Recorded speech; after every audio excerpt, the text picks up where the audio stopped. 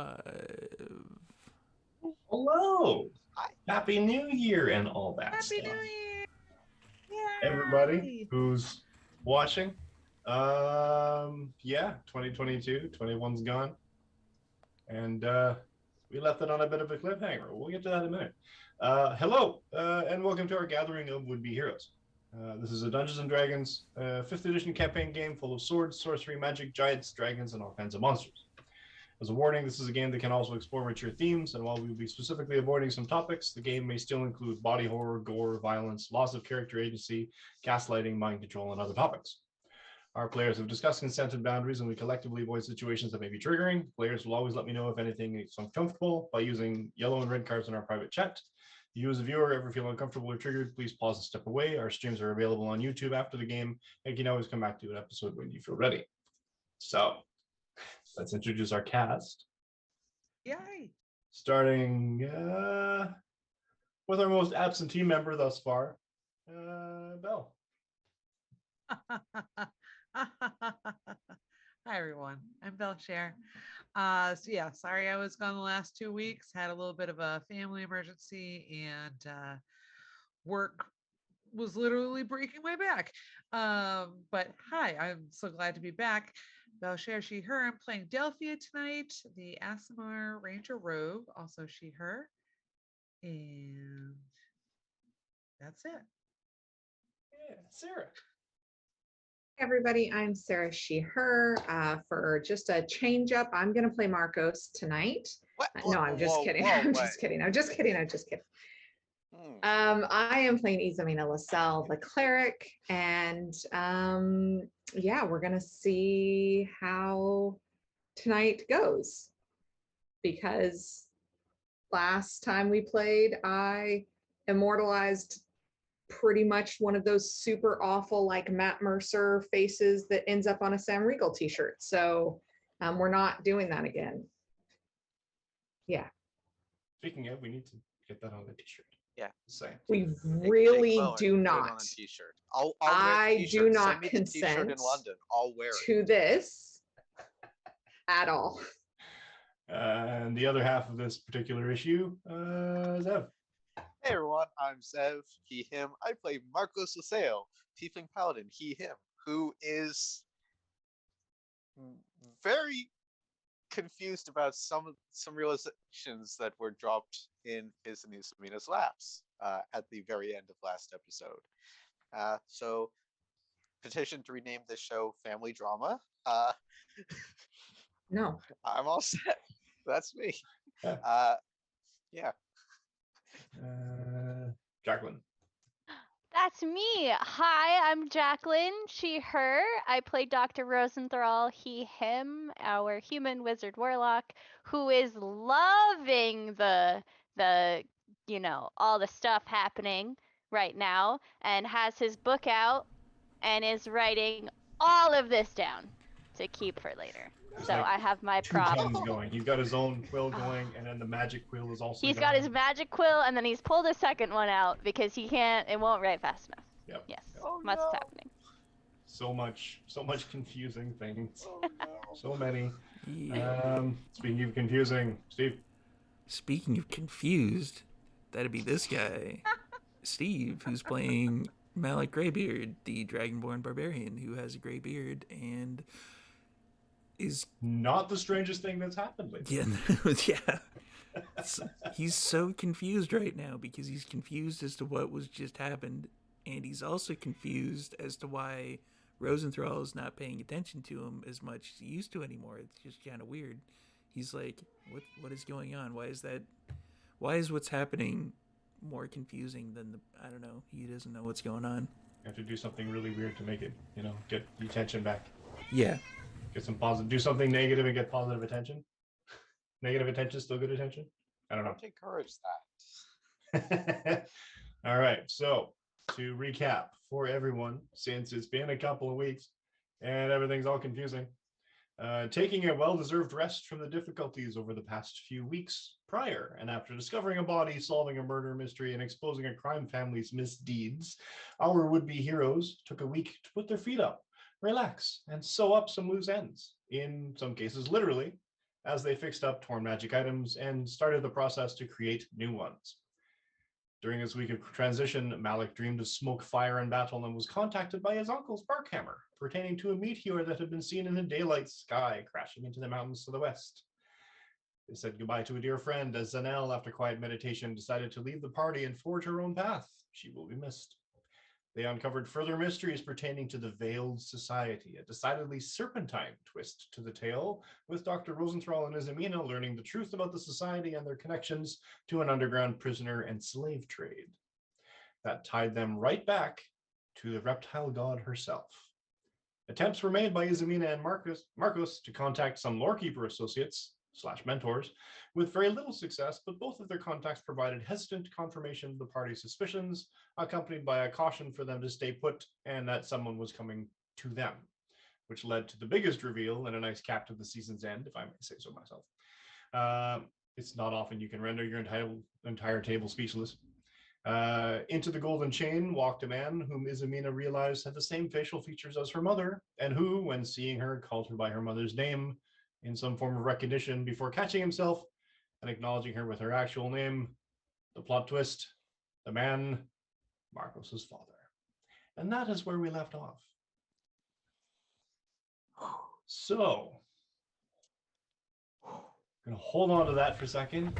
To be fair, Dwell into that tension, because I'm going to rewind just a little bit. Like the record scratch. No. Delphia, your week was not great. You were waited on. You were waited on. You were feeling under the weather. You're kind of glad that everything was just sort of a thing.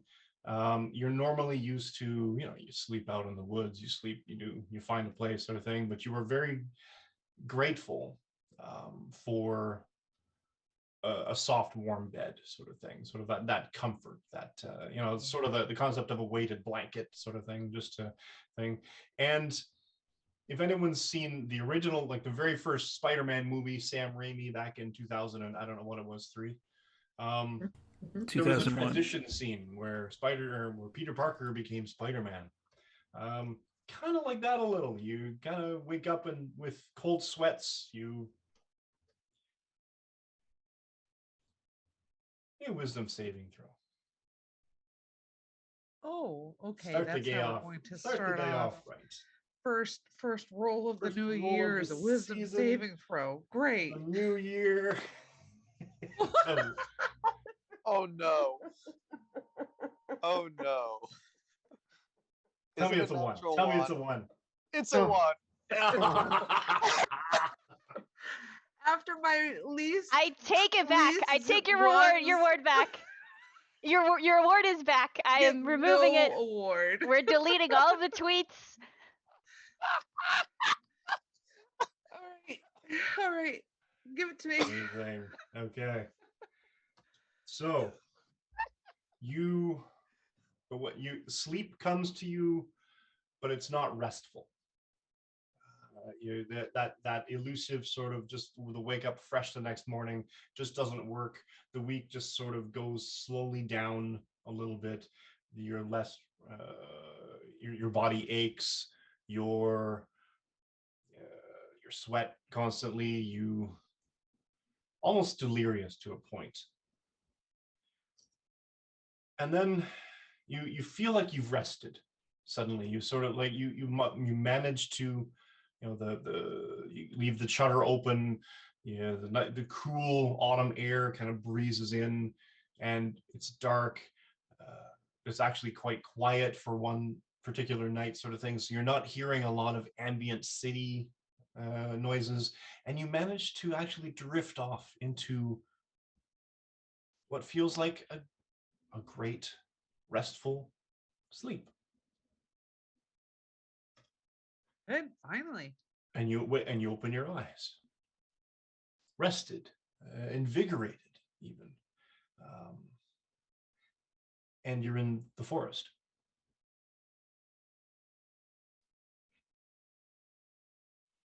Okay. Where's the Hey. sun in the sky? It's not. It's not. No. Okay. It is Are there any? quite dark. It is quite nighttime. It is quite nighttime. The night ambience, the ambient sounds of the nighttime forest. You hear a hooting of an owl off in the distance. Give me a survival check. Oh, great. Yeah, I can do that. Should I roll that die? I don't know. That die is done for already. First roll of the new year. It's one of my favorite die too. Okay. That's not that bad. Survival +6. So that is a 17. Oh, perfect. Yes, you totally. All right. You catch something on the air. It's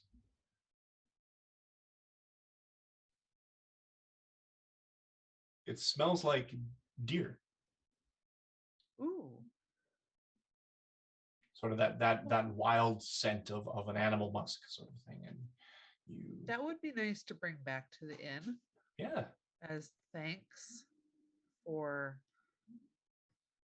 letting us stay in their rooms for free. She feels awkward staying in a room without any payment. She feels like the inn deserves some sort of payment. So I would like to hunt the deer. And you track it effortlessly. You notice, the darkness. Darkness is your ally. You notice, a bent, like a twig here or something. This creature is. It might be trying to be quiet, but you're way better at tracking it than it is trying not to be found, sort of thing. And you come across it. It's just sort of like at the edge of a clearing. There's a little bit of a beam of moonlight coming through, and it's sort of just gently sort of nibbling at some the last bits of green on a small bush.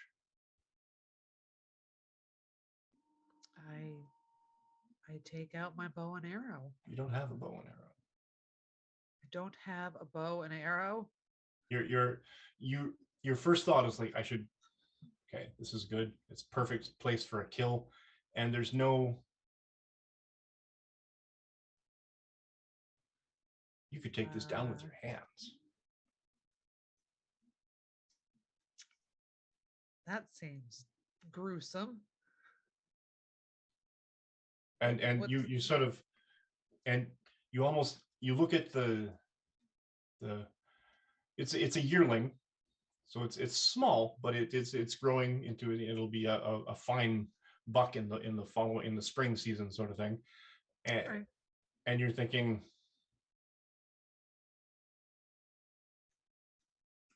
the taste of warm blood,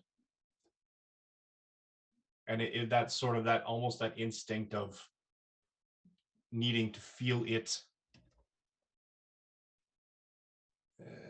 in your brain, feel the life fleeing from it. Ooh, It's almost dark. it's almost Oh. overwhelming.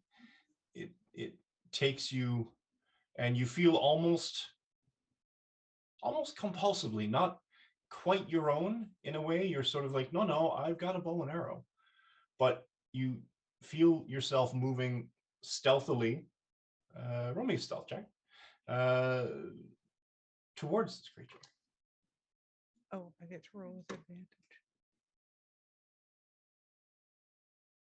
12.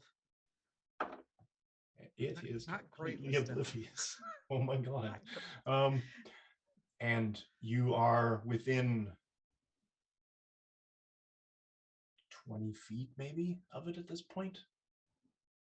And your back tightens. You feel, I could get it from here. I could just leap. I could catch it.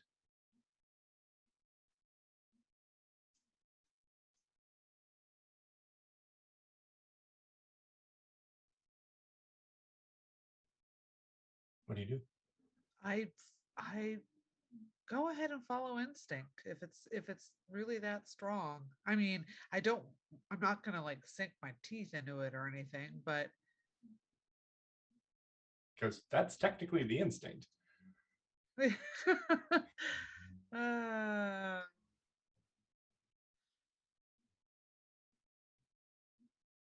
I really don't want to bite into a deer. Gosh. You don't have to. Absolutely not. You know, you can absolutely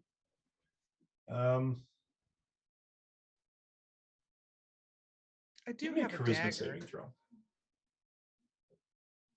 Charisma saving throw? Charisma saving throw. Oh boy. Oh, that's a +0. She's awkward. That's a nat 20 though. Nice. Okay. Because charisma is not only prettiness and social whatever, it's force of personality.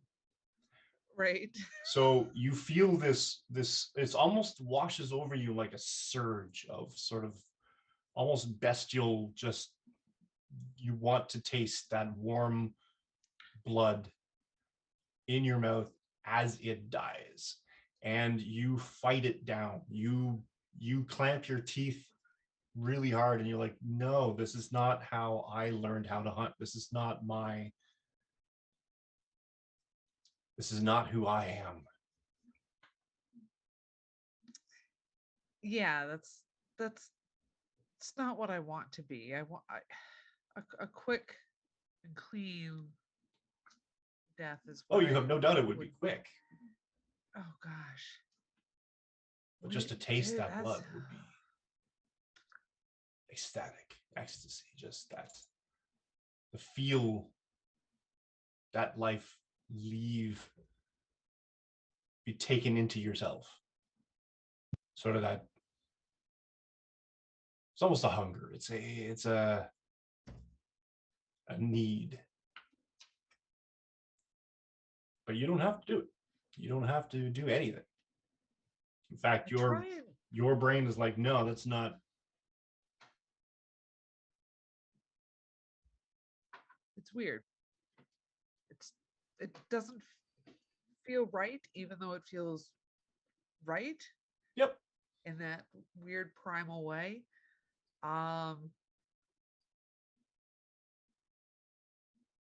Do I really feel like I could pounce? Oh yeah. You almost, this almost feels like a second nature thing. Like, you know, you've grown up, your father taught you how to hunt, and you've shot so many arrows into hay bales, sort of thing.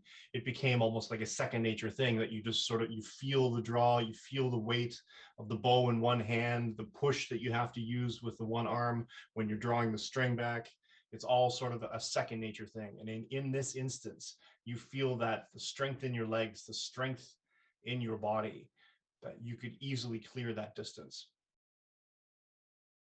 It's just like a little bit of a hop, step, pounce or something, just an extra thing, just to give yourself a kind of a little bit of a running leap. You could clear that distance.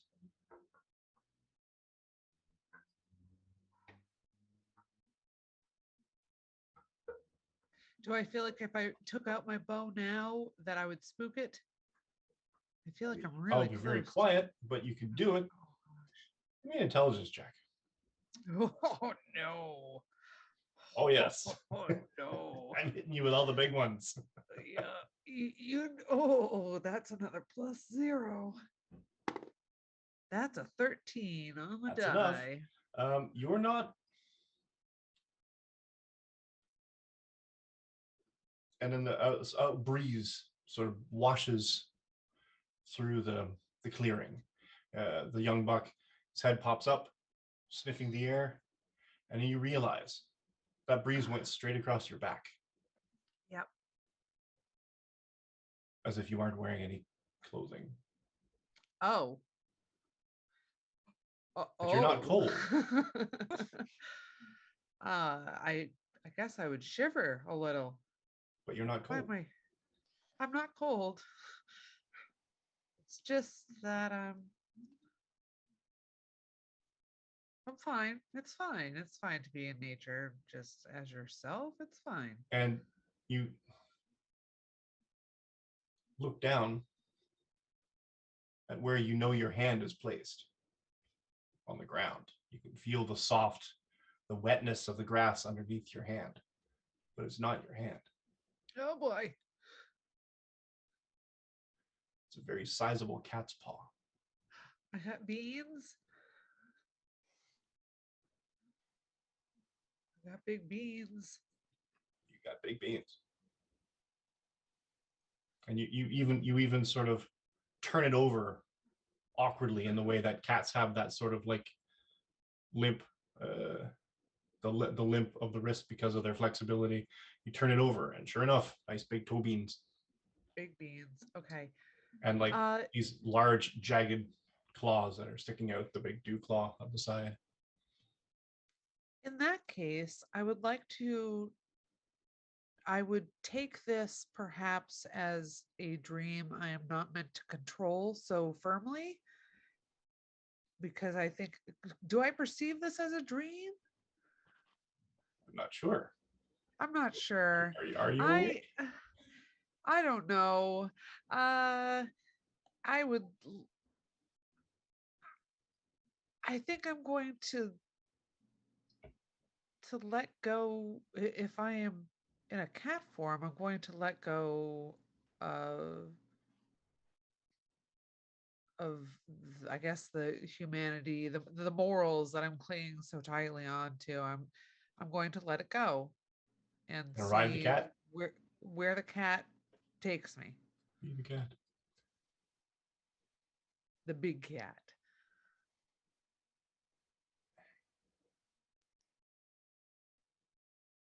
But it doesn't.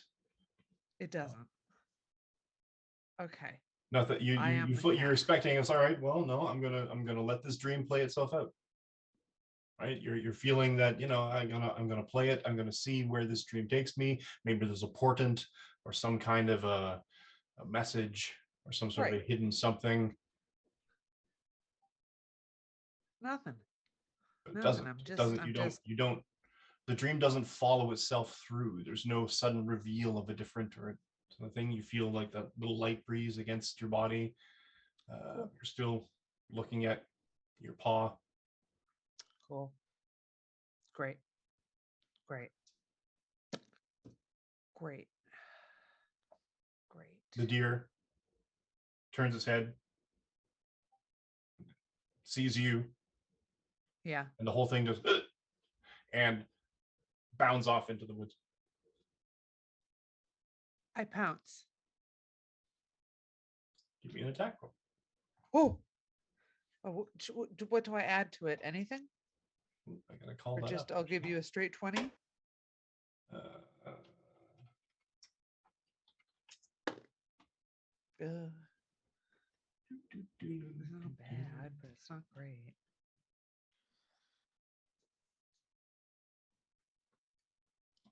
You need a claw attack, so it's a plus. It's a +4 to hit. I think it's Ooh, higher, that's a but give it a 4 okay. for That's now. a 15. Okay. 15 to hit.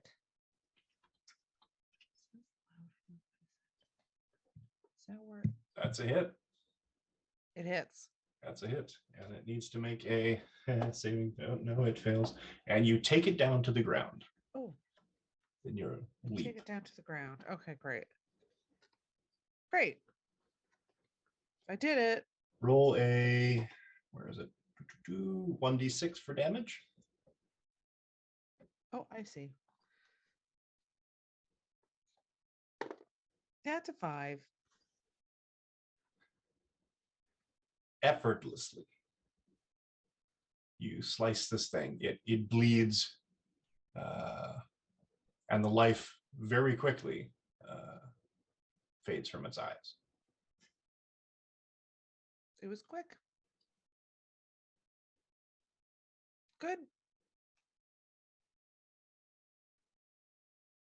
Do I feel any desire to pull this up into a tree or anything? Or No, do I strangely. feel no? You're still Okay. completely in control of your own. This is Delphia Yeah, in a cat. yeah. I Is it easy for me to drag? Oh yeah, it's a maybe 75 pounds. Maybe. I go okay. Well, I go to test my how well I can manipulate this cat body. Can I just pop out one claw and just kind of clean out the unnecessary innards? Like just You're gonna a try to very strip the tiny. carcass with a claw. Well, to get the like the liver and the kidneys out of there and the intestines, and like you usually clean a deer out in the woods. And Sure, sorry folks for listing body parts. sure. Um, and it's awkward. You try. It's sort of like that thing where you try to straighten only one finger at a time, Yeah, but sometimes you can't because some of the tendons are connected. right. In that same sense, because the claw itself is actually the last digit of the essentially the cat's fingers. It's difficult to pull out only one without the rest of them also slipping out. Okay. So you're sort of awkwardly trying not to stab yourself on the palm, but at the same time you're trying to, and you're This is awkward. trying to do some sort of a weird surgical thing to try to field clean the carcass. Right. Right. I feel a little awkward doing this, and I look around to make sure that no one's watching me. I don't know, just making sure that no one's Just watching Give this me a mess. perception check, Oh gosh. but you have advantage. Oh, I do. 22. That's a natural 20. See, but Nice. this die gave me a 1, but now it's like trying to make it up to me. Thanks. Thanks. You You're might back. only be able to use it when you're like Right. save it. Might need Oh, to save that's it to true. be. It's your cat dice. Yes, it's my cat die. You need a cat's eye. No. Ooh. And you're ooh, sort of ooh. awkwardly, you're trying to do this and you're sort of looking around almost awkward, self-consciously. And Rowena This is is sitting on a rock about 15 feet away or so. And she basically, oh hi. Oh, yay! I think that's enough though. You're not going to really get anywhere from there. I try and grin. Those aren't And really good knives. And she smiles and she has like essentially like a row of shark teeth. It's just like this crazy ass thing. You've never seen her smile before, but and her eyes sort of I glow this eerie orange. all right. I motion to the deer for if she would like to assist or would like any of it. I kind of welcome her with a paw.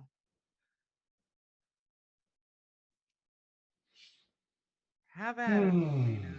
And she flits over her She's just gonna eat the whole thing all at once.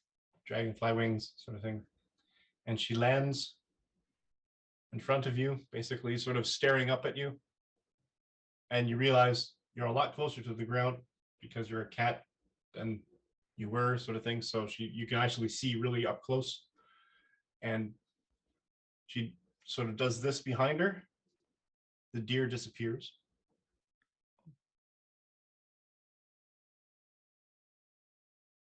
That's enough for now. You should rest.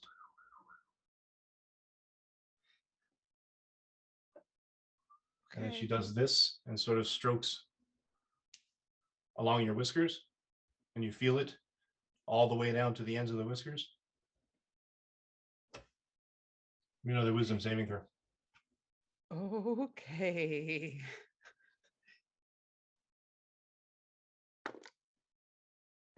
That's an 11. And suddenly you get that sort of stretch and cat stretch thing. You feel like Ooh. yawning. Ooh. You do a nice big cat yawn sort of thing. You hunker down. You tuck your feet in, put your head down. and your eyes just cannot stay open. All right. I I trust Rowena, so I feel comfortable around her, and I sleep.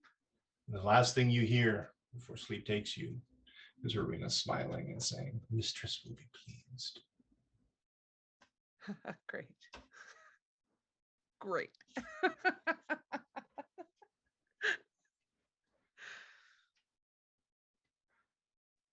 And you wake up again, lying in bed where you were before you fell asleep.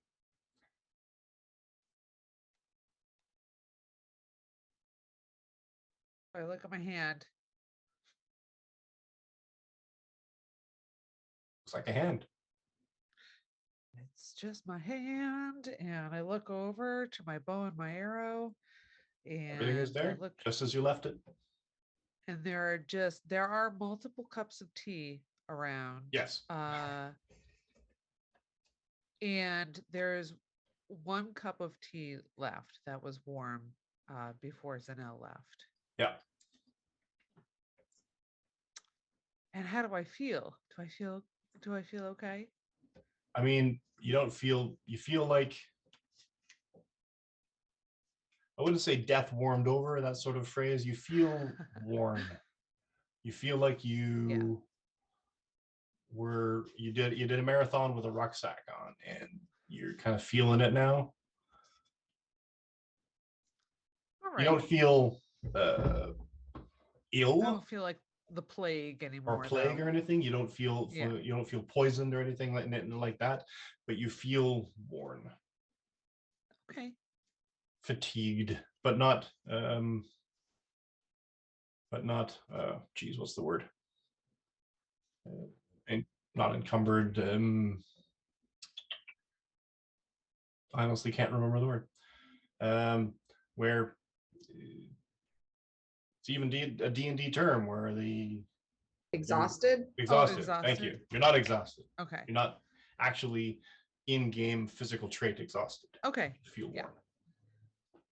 Well, I figure Thank I you. should probably get out of the room, so I try and leave the room Yeah, I mean, everything's to head downstairs. fine. And yeah, I heard like shutters closing and people coming in to the inn downstairs. Yeah, it's about that time, I guess. You come in, you see everyone else sort of milled about, eating what looks like the remains of a nice hearty meal. It looks like possibly another stew. You definitely smell meat cooking from the kitchen. You see Izamina and Marcos and Malik and Dr. Rosenthal, but they're all sort of in a state of WTF moment, I guess. Dr. Rosenthal is furiously, he's like almost like the tongue stuck out at the one side. He's furiously writing with his quill, and on the other side of the book is a quill that is sort of moving on its own, also writing, but they're not writing the same thing. Izamina and Marcos seem to be looking at a man who came in through the door. Malik just has more of a state of confusion than usual. He's looking at Rosenthal, he's looking at Izamina, he's looking at Marcos, looking at this dude that just came in, looking at the guards, looking at the innkeeper, looks up at you, looks at the guy that came in again, looks at the innkeeper, looks at Oh boy. I just stop like midway down the stairs, just trying to figure out what's going on before I enter the room, actually. Fair.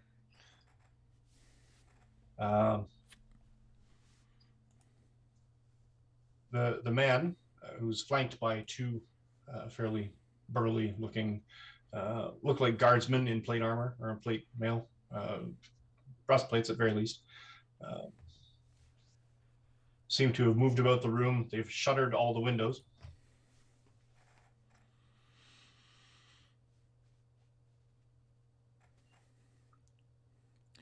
Yeah, I'm gonna offer a bowl of stew to Delphia. So Malik grabs you bowls. Yeah. Yeah, bowls too. Yeah, that would be great. That would be great. Maybe some bread.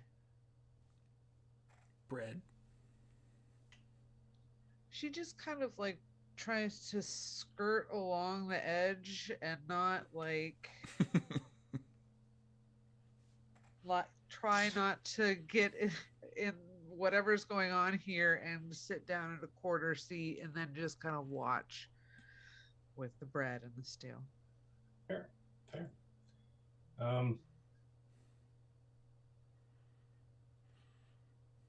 The man, he's an elf. He's wearing half plate armor. Pulls off a gauntlet, and then the second one, he sort of holds them in his hand, clunk down onto a table. It'll do, I guess.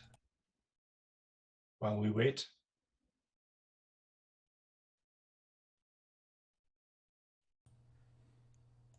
Sorry, we didn't have something more comfortable, Father.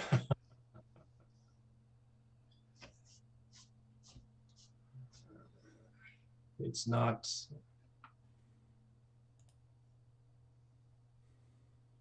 It's not the comfort, boy. It's the security.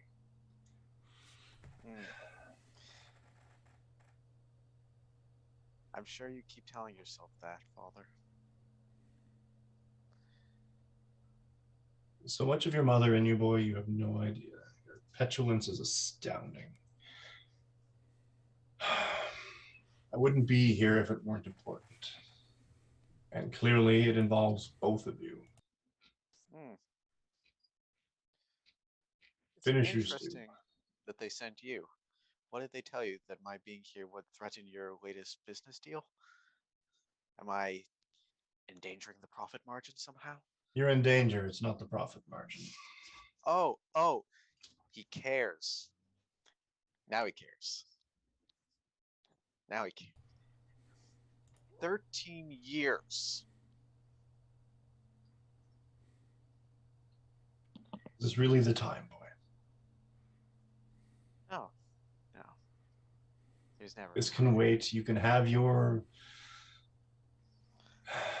emotional outburst at a later point. I need to wait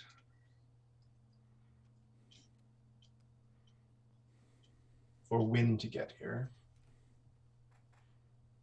And then we'll tell you what's going on. Malik leans over to you, Rosenthal, like, so that's his dad. I guess. I don't know. I'm still trying to figure this out too. So who's Wynn? Isn't that Isamina's mentor? Oh. I think she's talked about her before. I think. Right. So that's his dad. Who's Lass? That's my mom. Oh.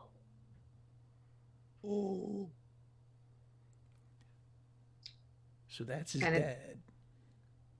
Dad. But he doesn't look like his dad. Is this a lot like you? Like, do you look like your parents? No. Then maybe it's one of your situations. And what is that again? That my mom and dad are dwarves? So do we think his mom and dad are both half elves? Or elves? Elves. Or they could be dwarves. And like one of them could be a dwarf. If that's his dad. Yeah. Maybe. I don't know. Mike, what's the height difference between the two? Between whom? Between Marcos and his father? Like, just are they like relatively the same height? Is Marcos taller? Marcos might be a teeny bit taller, but it sort of throws if you you off. 'cause he's factor got in the horns. horns. If The you factor in the horns, horns, he's yeah. definitely taller. Rosenthal would assume that that's part of height.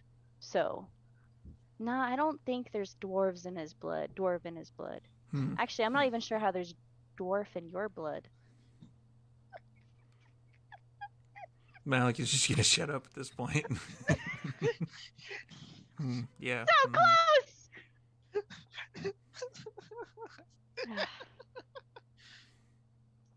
I have to keep some of the cards close to my chest. The joke is you don't have any cards. I don't at all. I don't even know how to play this game. Like, yeah, like cards. We're playing cards. I thought we were playing like, I don't know, hit things with them all.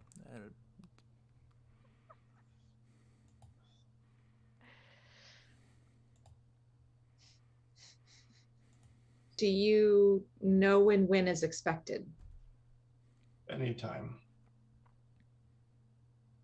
Always And big statements. it's almost uncomfortable. This man who looks a lot like your mother is bearing his eyes are boring holes in you. He's sort of he's you feel like you're being analyzed like a first year that just gave us a speech for a final project for a class sort of thing. It's just Right. Yeah. I feel do like not you're being give dissected. I do not give a shit about him. I am going to grab Marcos and turn on my heel and go right up the stairs, carrying Marcos behind me, like pulling him along behind me, and clean my room spotlessly before Win arrives. And as soon as we get into my room, I'm going to shut my door and be like, is this why you were on that convoy? Did you know? No, I have no idea. I haven't heard from him in 13 years. But before that, because he's been your dad your whole life, is that why you're here? Is that why you're with me? They sent you to babysit me? No, I had no idea you existed. Insight check? You are the master of insight. Also, I feel dirty about insight checking my buddy, but also I think you're full of shit. And I just need to be sure. just to be clear, though, they ran upstairs, leaving like the rest of us with the dad. It's fine. Just in like this massive, uncomfortable silence. Yeah. Yes. That's fine. We're gonna break that silence. Don't you worry. All right. That's a 29 for insight. Crap. Yeah, no, Marcos legitimately has no idea what the fuck is going on. Okay. Isa takes like a Nick Cage moment, and she's like, okay, all right. Okay, so like, okay. When is coming? Your dad is here. I don't know why they're connected. I don't You know either. never heard of, had heard of the Amber Confession? Because I don't know who your dad is. My mom has never mentioned him, which isn't out of the normal. Men don't live in the village. I was raised mostly by the servants, if I'm being completely honest. I had some tutors. I turned 13, and the next thing I know, I'm being... He shipped you off at 13 specifically. It was either I go to a knightly order, which starts when I turn 13, or I go to be a line trooper. And common infantry does not fit his ego.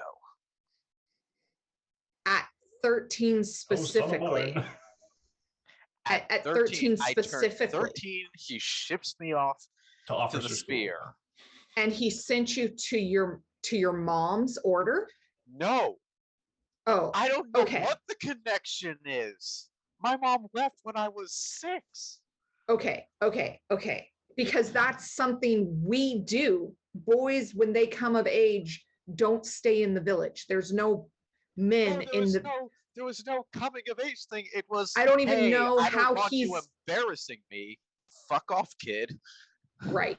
Okay. So first off, I don't like him and the way that he came in and is just speaking to everybody. And like, is it okay with you if I yell at him?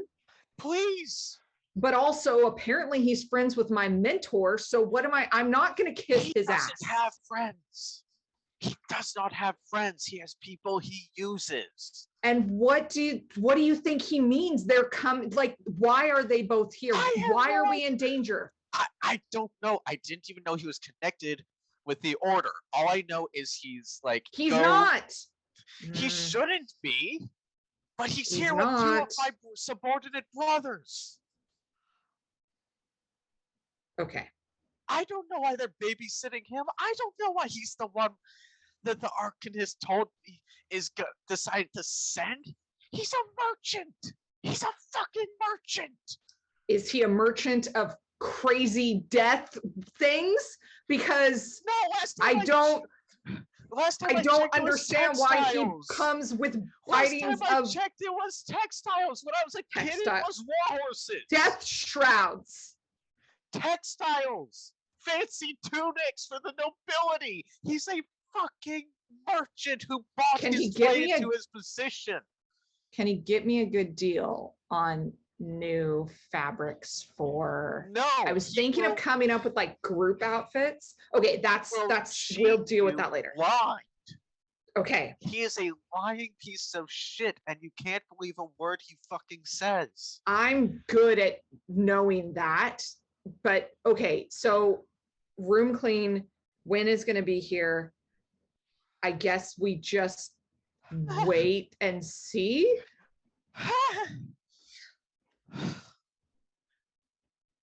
And yes, you guys can definitely hear Marcos is like full on like anger roaring. Like he is not being quiet. This is audible downstairs. There are some strong feelings. Yep. Which just makes it super even more awkward for the rest of us because So we're they're, sitting like, in yelling silence, upstairs. and we can like hear the yelling from up, and we're like, But it's slightly muffled, so you can't hear absolutely everything. It's like the parents are arguing in another room, and you just have to pretend you can't hear it. Off the bar, I'm gonna grab another bowl of stew and offer it to the dad, like, stew. You must have traveled a long way. Thank you. No. To the others that are with him, like, stew. And Marcos's mom is a dwarf? He nods. Yes. You offer it to one of the guys. The guy looks at the claiming boss. to be Marcos's father. Yeah. Marcos's father does not look back, but nods. And the guy takes the bowl of stew and starts eating it. See, I think this is how we make friends. I'm not sure, but yeah, I believe Rosenthal is curious about Marcos's mom. Dwarf?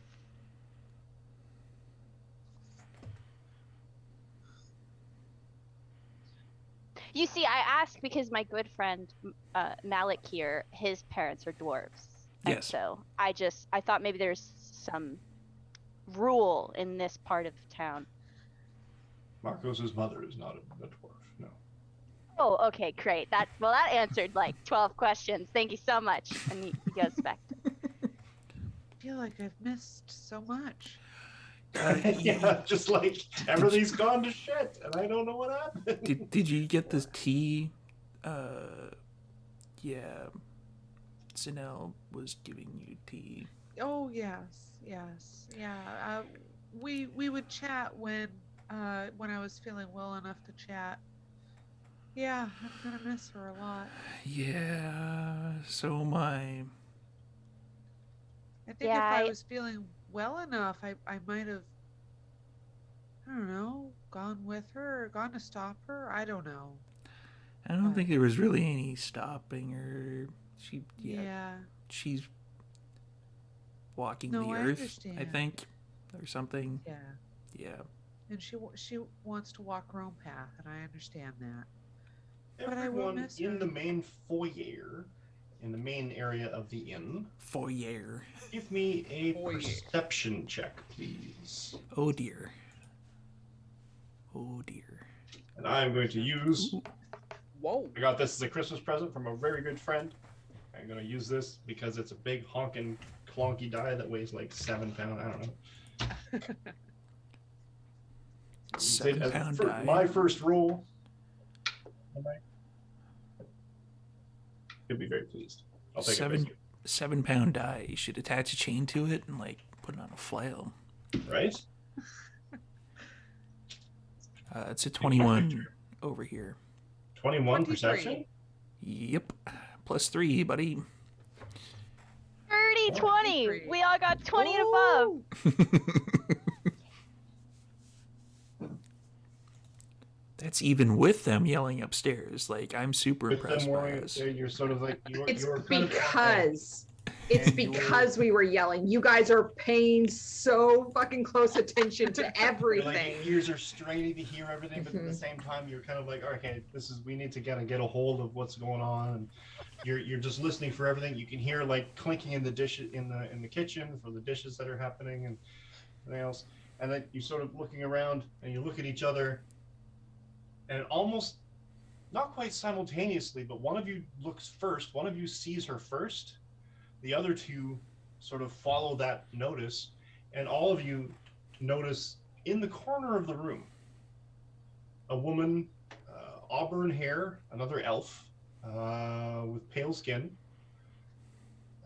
She's wearing black leathers, and her hair is tied sort of almost in that braided Viking style. And she's leaning up against in a corner of the room, sort of thing, sort of enshrouded in a cloak.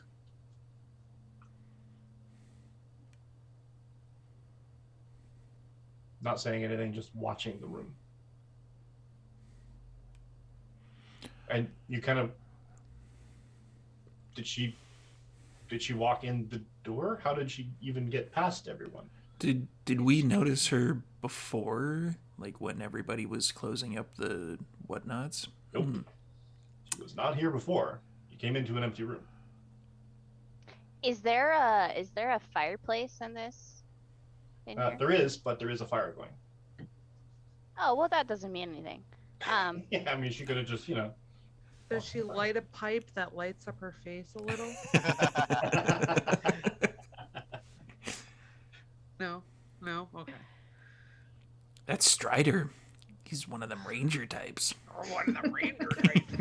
Dangerous folk they are. Frodo I just go Baggins. about eating my stew. I'm just really trying to read the room right now. I'm struggling. Yeah, Malik is just keeping, like, he drops his maul doesn't down know. beside him, keeps a hand on it. Malik, Hmm, maybe we should offer her some stew too. that's a good plan. Stu,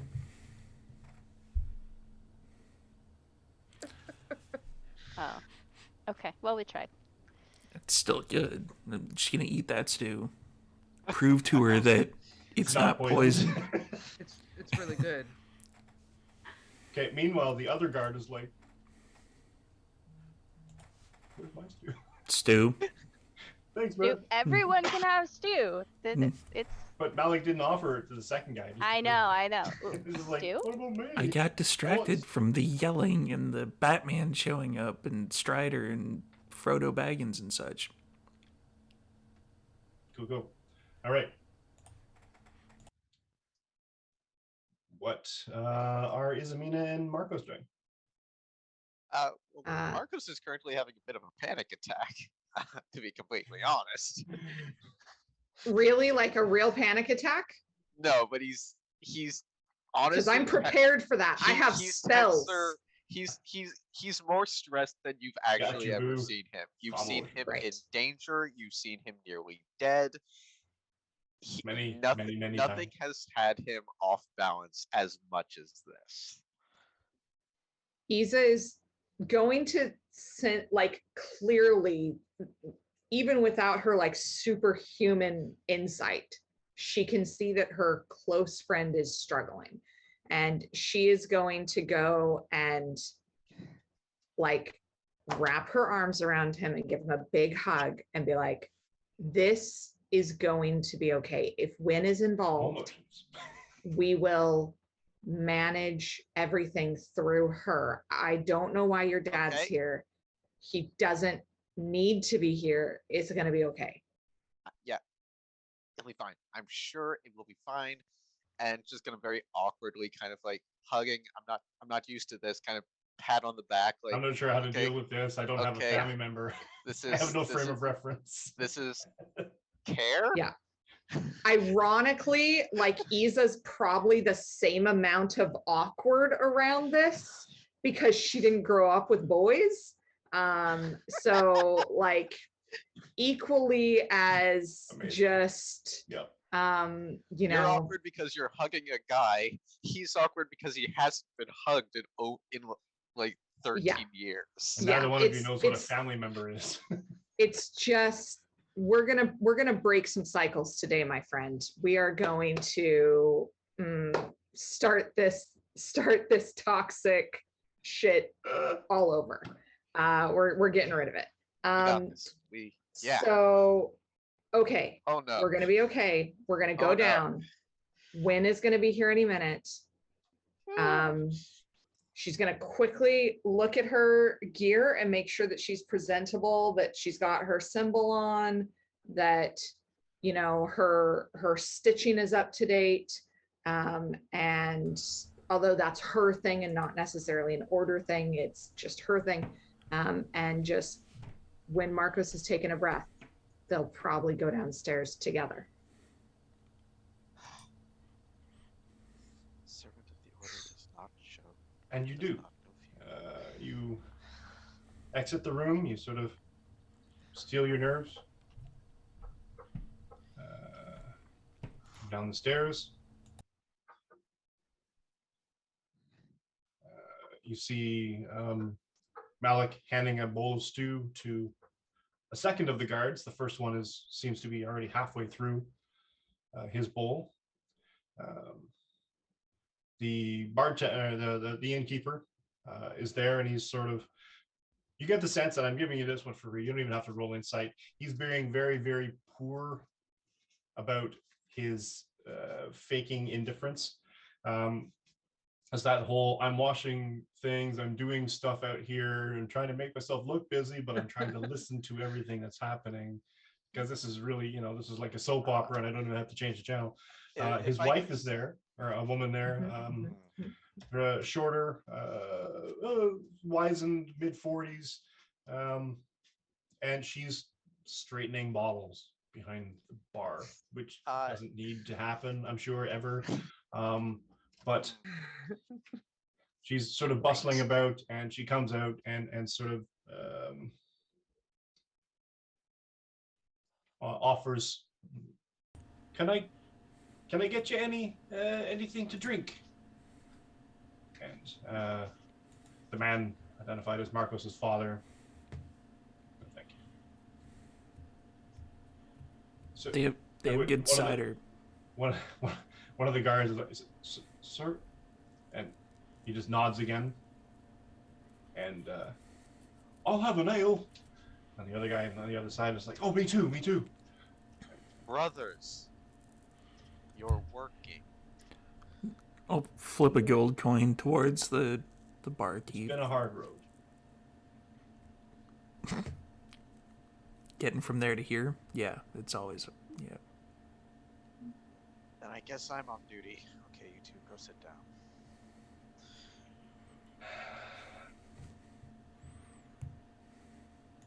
Interestingly, he doesn't seem to have noticed the woman in the corner either.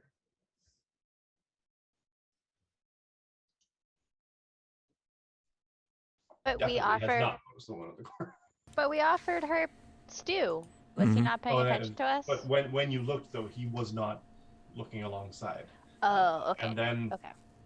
he sees her, and she is walking up to him just as Izamina and Marcos come down the stairs. And Izamina, you come down, you see Wynn. Her long auburn hair, a little bit of gray flecks in it here and there. The armor, the leathers, and dark cloak that you remember so fondly as a youth. A little more road worn. Walks up to this man in armor. She reaches out her hands onto his forearms, or onto just above his elbows.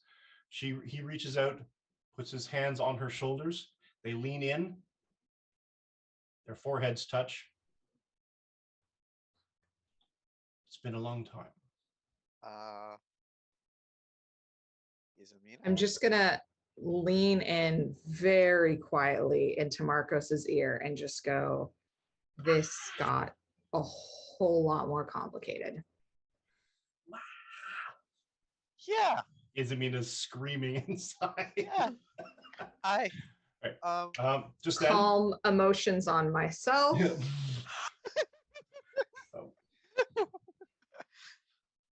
Who's that?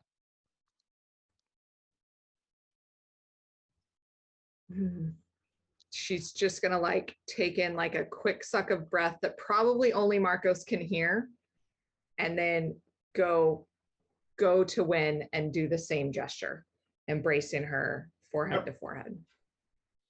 And she holds you. When you do, you embrace, you arms on her, her hands on your shoulders, tighter than you felt before. Almost, yeah, you got like a crazy high insight. There's almost a point of shaking or of almost urgency to it that you haven't felt. You remember even parting ways and when she went off on an extended trip, and even then you would miss her, she would miss you, you would express those things, but it was never that desperate. I'm just gonna keep her eyes for a second and just say, looking around kind of at my friends, and kind of motioning my head over to Marcos. I'm gonna say, you can speak freely. These are wonderful people who I trust with my life. What is going on? And this woman, this auburn-haired woman with slight flecks of gray, looks at Malik, looks at Dr. Rosenthal, looks at Delphia, looks at the bartender.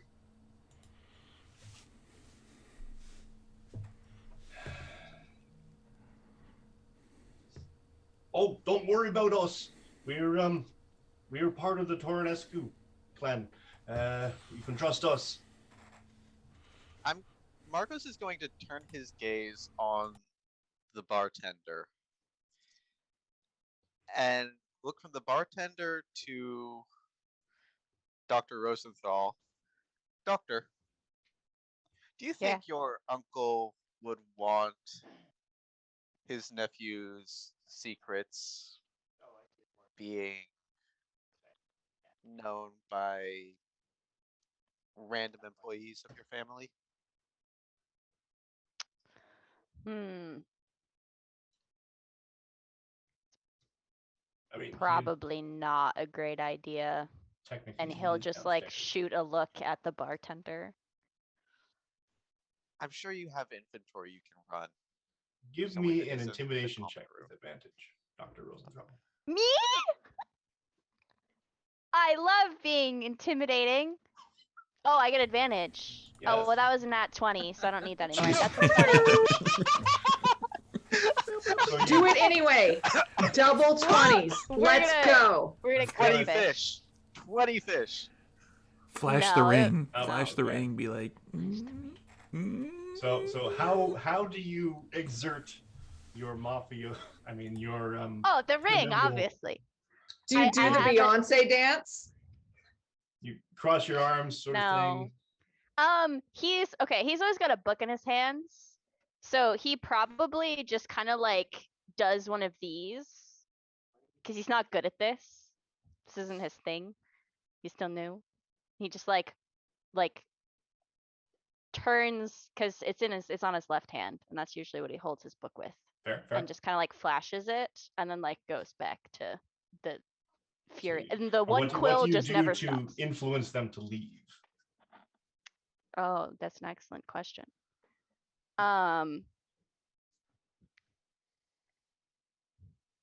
Eyeballs. Just glare. Little squint, a little sort of Mm. narrowed eyes. Yeah, Mm. he with that roll, he gets the message. He's love. We should clean the dishes in the kitchen. And That sounds like a great idea. well, but why would we want that? Not just, and he sort of ushers his wife out the door and Make sure two you of them close thing the and- door behind you. so sorry, sir. And he click.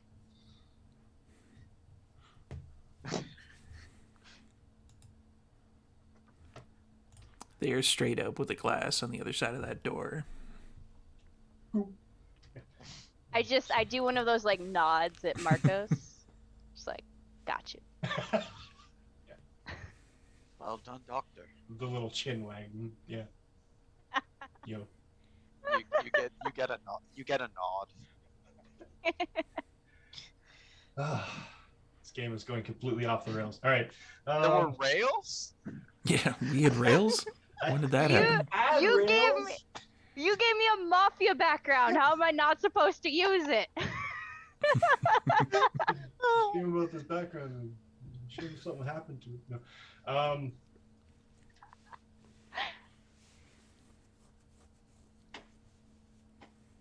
Just lost my thing. Hold on. That one.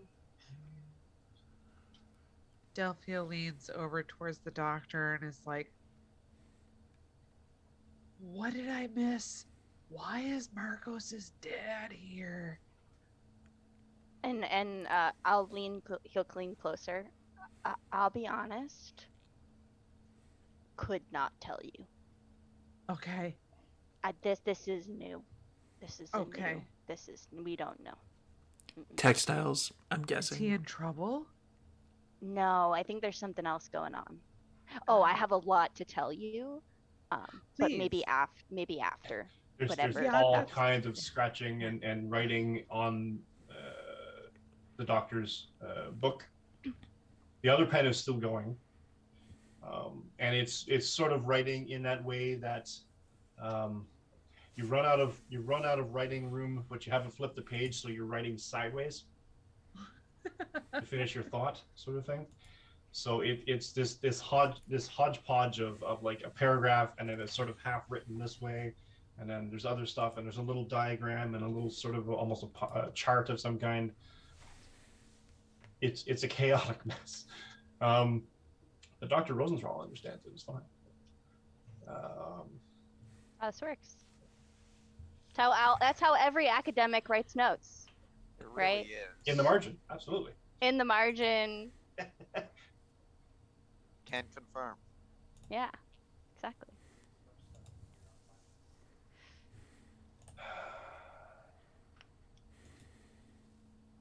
The man in armor pulls a chair and sort of sits down in it,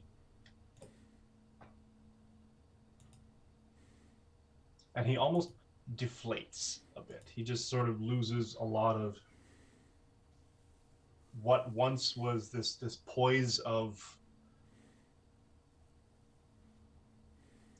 stiff rod up the back, held energy sort of thing. He just sort of kind of like the air comes out of a balloon a bit. Sort of just he just sort of comes to realize the weight of something. Where do I begin?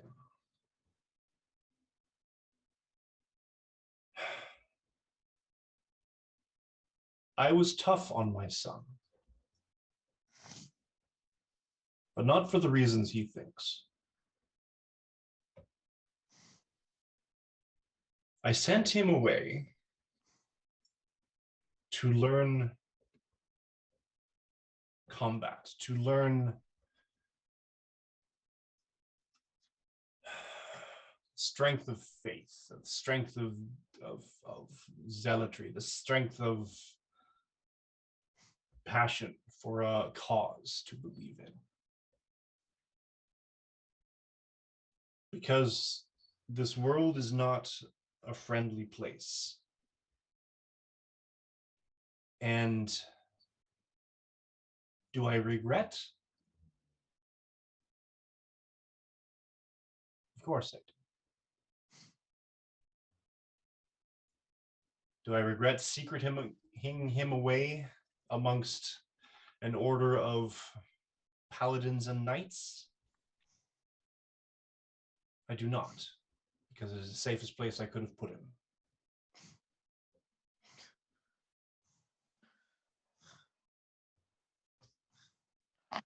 Lass's daughter was safe with Wynne and her mother in her order. And up until recently,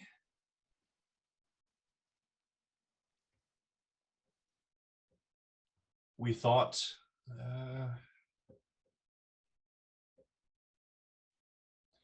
everything was over.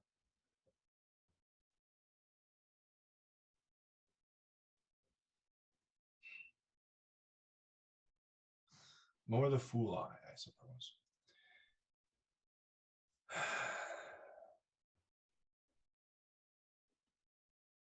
Izamina,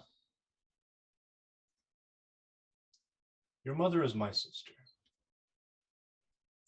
My name is Ira LaSalle.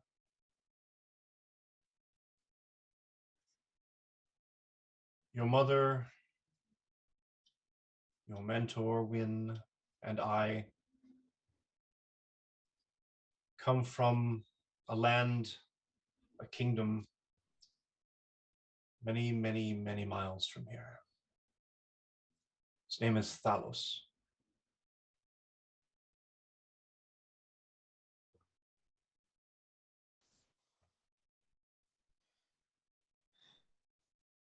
We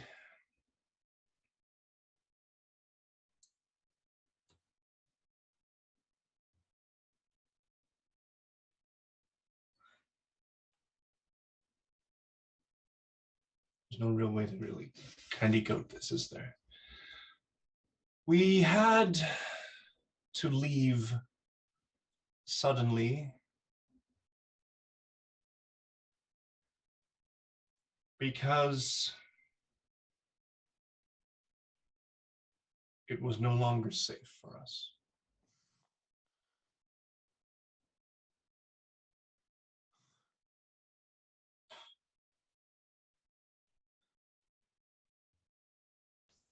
Your mother was a successor to the throne.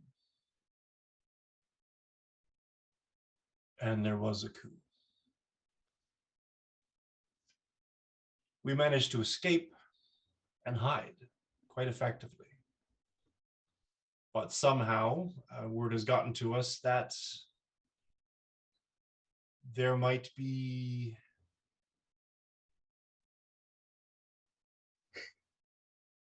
an attempt to tie up loose ends.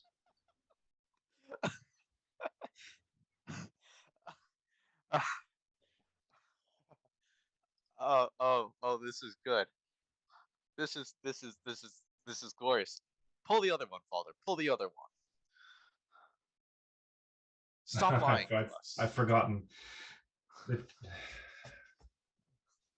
The textile merchant thing was a front, boy. It was never my profession. I only kept it too Of high. course, It was had low to be, profile. because what were you when I left? Textiles? When Mother left, what was it? Oh, yeah, horses. You lie. Always. Is there any truth to you, Father? I lied to keep you safe, boy. I'm just going to turn my back on him, and I'm going to ignore his existence for a moment. Cool. And I'm going to turn to Win. Yep. And I'm going to say, since when did we abandon our beliefs for abuse and gaslighting? I don't care who he is. I don't care who Mom is, and I don't care who I am. What I care about is our beliefs. That is what we do. He is openly admitting to lying. He's lied to his child for Marcos's entire life. And now he stands before you and I and is the one to speak. I could care less if he was the king of all Andinia. I do not care. I want to know what is going on from you, because I'm not going to be speaking to him. Abusers do not have a place in whatever court I am the princess of.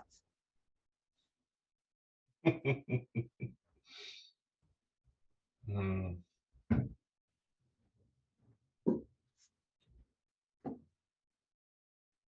This played out a lot more differently in my head than I thought it would. Is he still talking? No, this is when honest to God, I will cast silence on his ass. I'm done with him.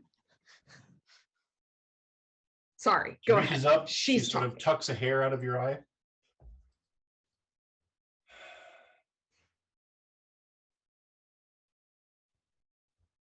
And she looks pained. I am so very sorry, Isa.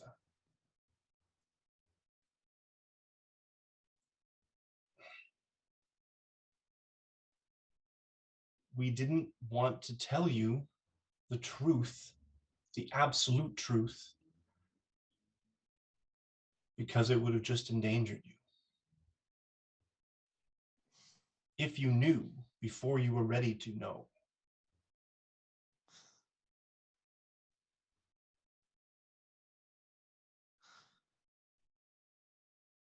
And I take full responsibility for that. I cannot.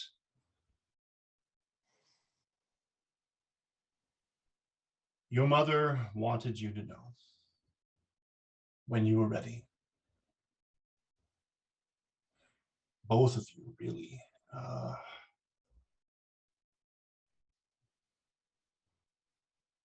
Ira, for his credit, stayed away from the order.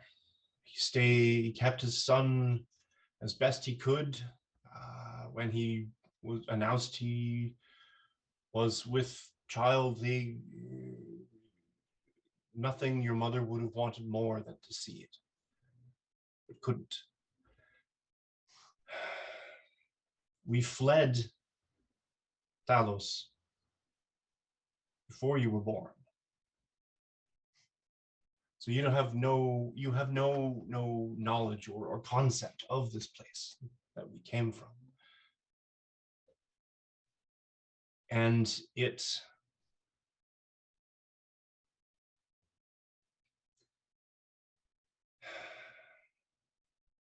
despite all of our beliefs, despite the truth and the striving for truth that we have always fought to do,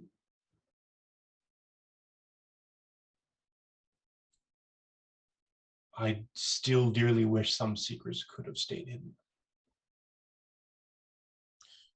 Right. So abuse, lying, and hiding shit is a family trait. I get it. Isa, I have places to be, and I'm going to take off my Amber Confession pen and put it in her hand, go upstairs and get my stuff. There's a mountain I need to go do some work at. Tell Mom I'll contact her when I'm ready. And I'm just going to turn around and leave the room. Isamina, stop. No.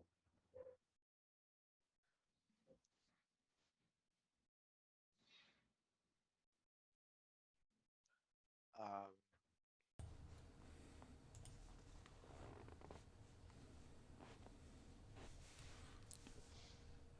She follows you up the stairs. It's fine.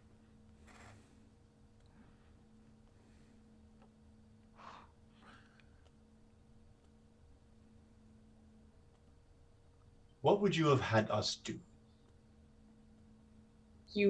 Would you have liked to know the fact that your aunt seized the throne in a coup? Sure. Had the rest of your family members killed? Of what benefit would you have had for that? How would that have affected you growing up? The truth. And you're getting it now that you are ready and mature enough to handle it. The fact that you are now in danger of being assassinated because of an extended bloodline.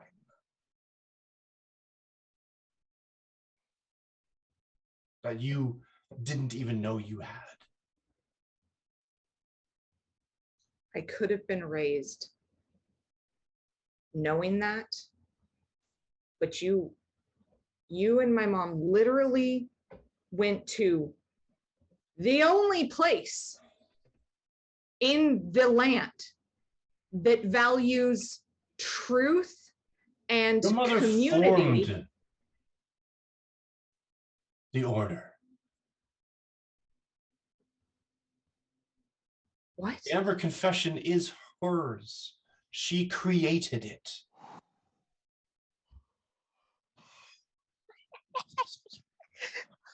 oh God. She reveres order and truth above all things, and it pained her greatly. She communed almost nightly when you were old enough to start asking questions, but you didn't ask questions. You accepted the truth as was given to you. So we thought we had time. You literally raised me in a cult about only being honest with people because lies kill people. And now you're trying to tell me that it was my fault because I didn't ask because I was a fucking Disney princess. No, not your fault. No, not my fault. And not my problem. I am done. These people have had my back. Because for all the danger that you say that I'm in right now, and she's going to pull up her tunic and show the stab marks and the scars and the embroidery with all of the shit that she has been through in the last few weeks. For all the danger that you say that I'm in now, where were you when I was kidnapped? Nowhere. But Marcos was there for me. The little boy that his dad abandoned and abused, he was there. And the mafia doctor, who isn't that kind of a doctor, was there. And Malik and Zanel and Delphia, they had my back. And you have lied to my face. I haven't lied to your face. A lie of omission is still a lie. And I You didn't never know lied that this I time. had to cast Zone of Truth on my mom and my aunt in order to understand who I am. I thought that was fundamental to this whole thing. But if that's not it, then I'm not interested in finding out what else I just forgot to ask along the way. If you think there's some sort of danger, you should probably be out there trying to figure it out instead of in here, because this is not going to get you anywhere.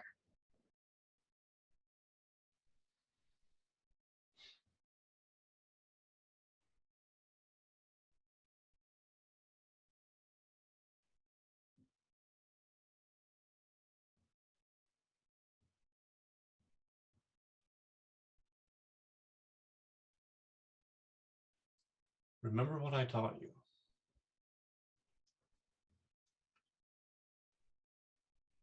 And these friends of yours, you trust them.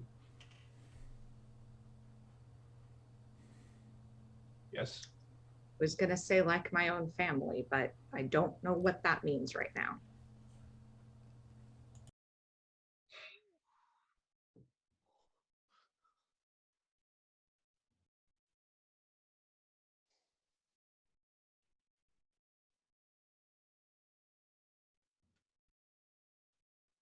Just be careful, Izamina. You've been reckless in the past, but this isn't a joke anymore. It can't be. Should we have told you? Yes, probably. But it doesn't matter. We thought we were safe. We clearly weren't. Not an excuse for lying, not an apology. And again, not my problem. I have some things to take care of. Really, you should go down and spend some time with Ira or whatever his name is. Would you send Marcos up on your way? If there's nothing else, you're dismissed. And she turns on her heel.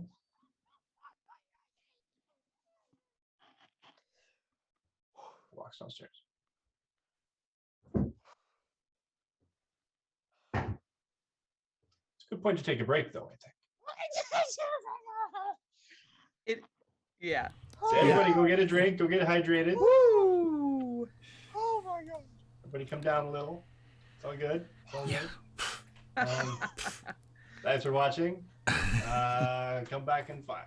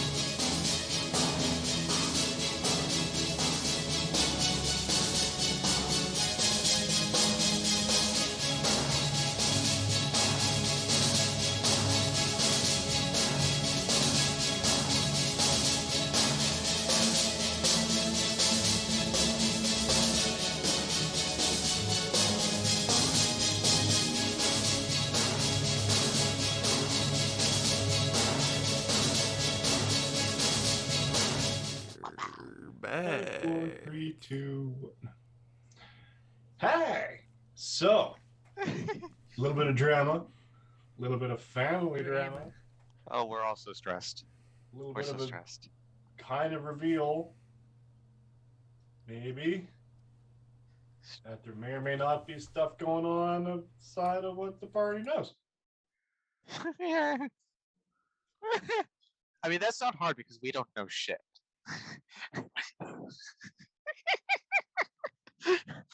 True, true. Very true.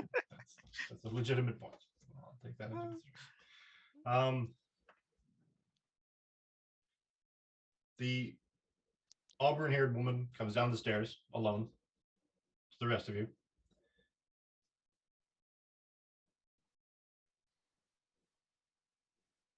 She exchanges a glance with Ira, and he rolls his eyes. Just like her mother. Damn fool. All right.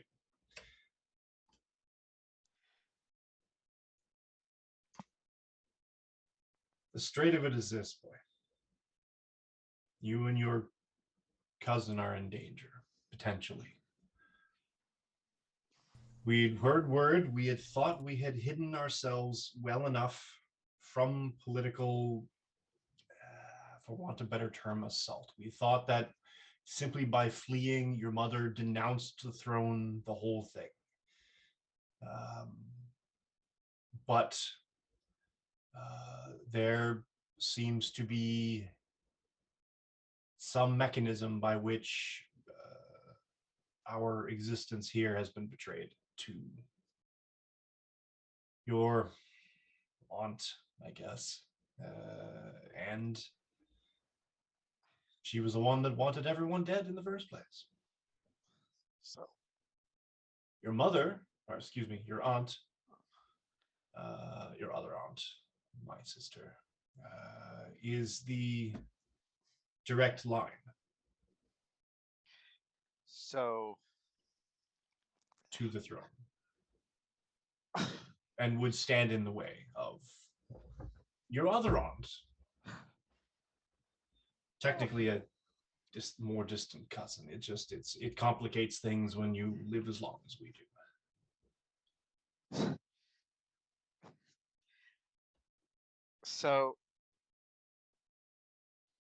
So you expect me to believe that you, with your holier than thou attitude and your ego and your looking down on me for my entire life, for just at the simplest level not being an elf,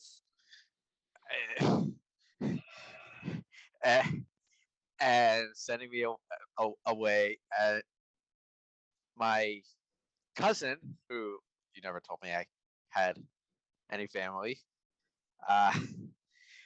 is a fucking princess. That makes me not direct. It complicates. I mean, you drilled etiquette into my head pretty diligently, so I wouldn't Good. embarrass you. If my aunt was supposed to be the person in charge, then and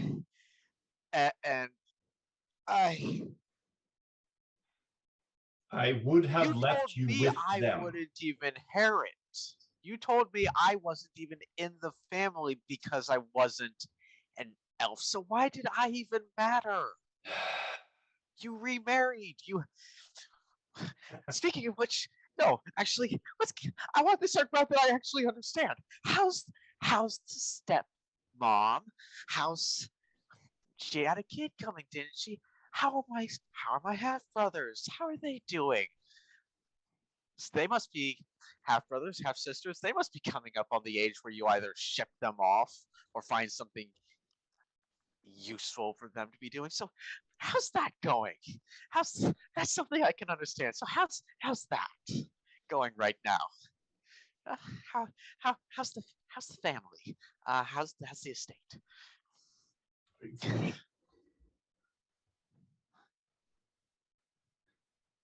It's all been a front, boy.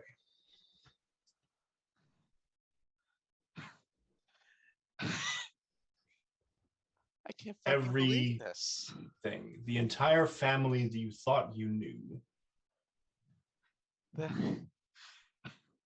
There is no stepmother. There is no stepchildren. None of them are real.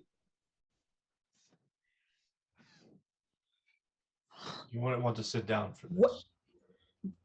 In order to get us out of Thalos, I made a deal with your mother.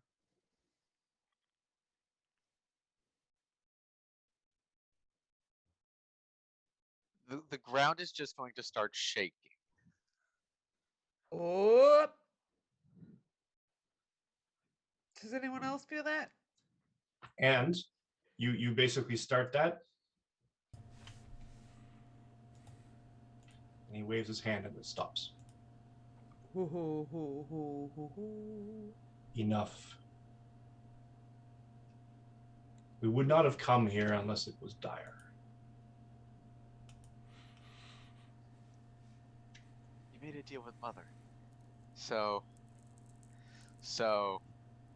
I take it there's a reason that she appeared in my dream a couple nights ago. She appeared in your dream. Yes.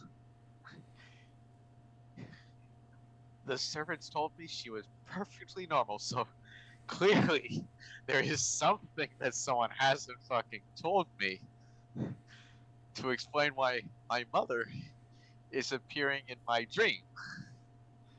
And I'm guessing that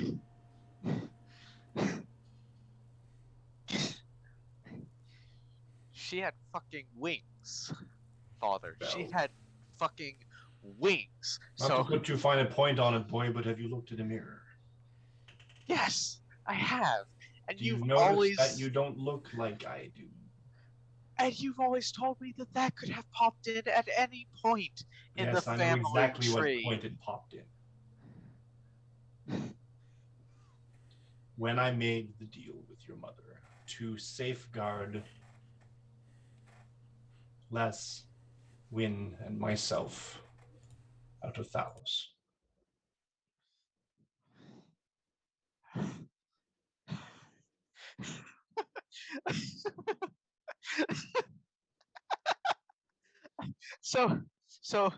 so you what? You looked into hell and said, "Pretty please, someone come and save my ass and the ass of my sister." And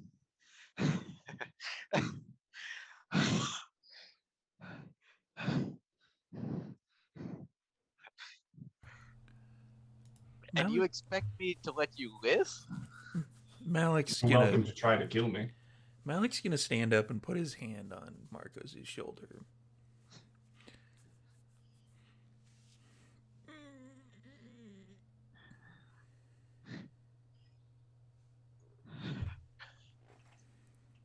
You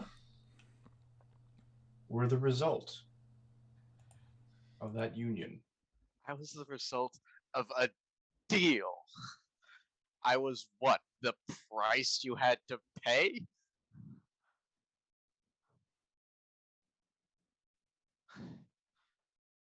And what was the order? Was that also a part of it? Was sending me away to the god of vengeance some deal you made with Mom? No, the vengeance was all you. You chose that. Quite I impressed, didn't actually. Boy. choose anything. I didn't choose for the men in black to pick me up one morning and just take me. I didn't pick the knightly order. I wanted to be a shining knight. You are a knight. I wanted to make you proud. I You wanted have to be made a me proud. hero like they tell me about in the stories, who stand in the light and carry the great sword and are trusted and honored. What do you think you're doing, boy? Walking in the shadows, I'm doing You what see no one shadows. cares to do. You see shadows around. Why do you see shadows, boy? Because I was taught that that is where you have to walk to hunt the monsters. You cannot have a shadow without light shining. And what? Isabina is the light, and I am the shadow, completing her work, walking where she cannot Why it took tread, so but long, only boy. she You've can also reveal. This is why your training took so long sometimes, boy. You didn't get the basic concepts. You're the light.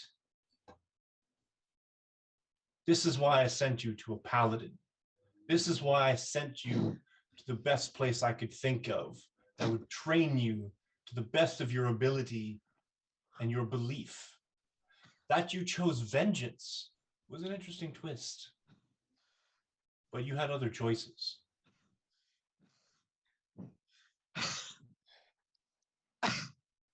But Vathras serves your personality and your anger quite well. I don't know what to think. I I hear you talking. I hear words from a man who's lied to me for 13 years. I hear words from a man who let me be raised by expensive tutors and by the cook and his butler.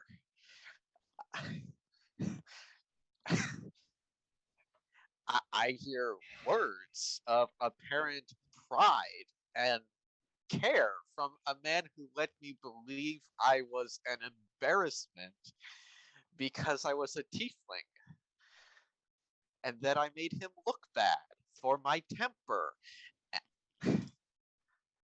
No. Whatever you have to say, whatever threat you have come here, that is your scale. That is blood on your hands and in your footprints. That is smoke on your horizon, Father. I reject it. I reject you as you rejected me so many times. And when? I don't know you from any random stranger I might pass in the street.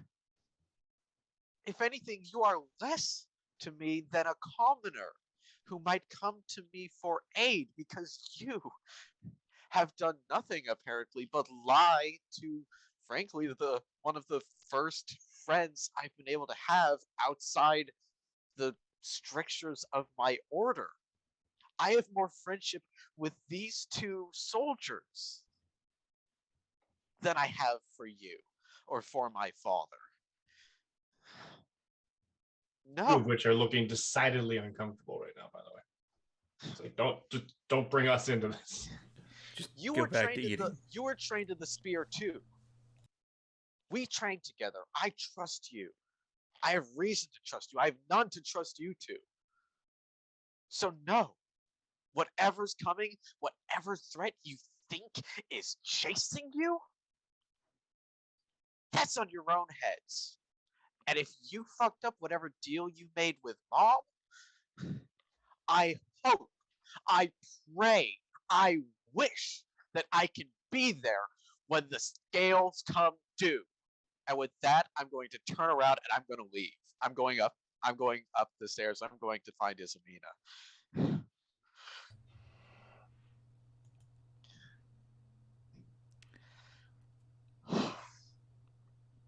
Yeah, Malik is gonna kind of motion to the other two, like,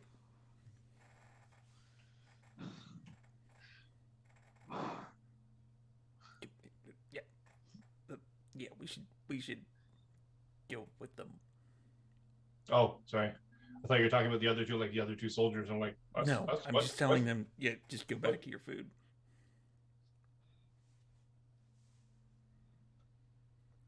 But to Rosenthal and Delphia, he's like,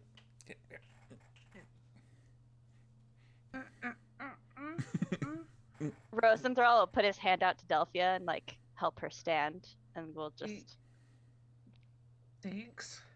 yeah. Are we supposed to even be here right now? My eye is twitching. I don't think so. My eye is literally twitching right now. Oh God. Yeah, I've just listened to a lot of stuff I shouldn't have been a part of. That Yeah. that was a lot. We should go check on them, I think, or something. Probably. Yeah. Yeah. That seems I don't like a know. good idea. I'm just curious how I became the rational one. I know you're like the. I really had you mislabeled there, Malik. I thought you were a bull in a china shop sort of situation, but look, you're just the rational one here. Yeah. My hands are shaking. I don't like being the rational one. I guess that's why Zanella kept calling me leader, I guess. I don't know. Let's go check on them. Yeah, let's go.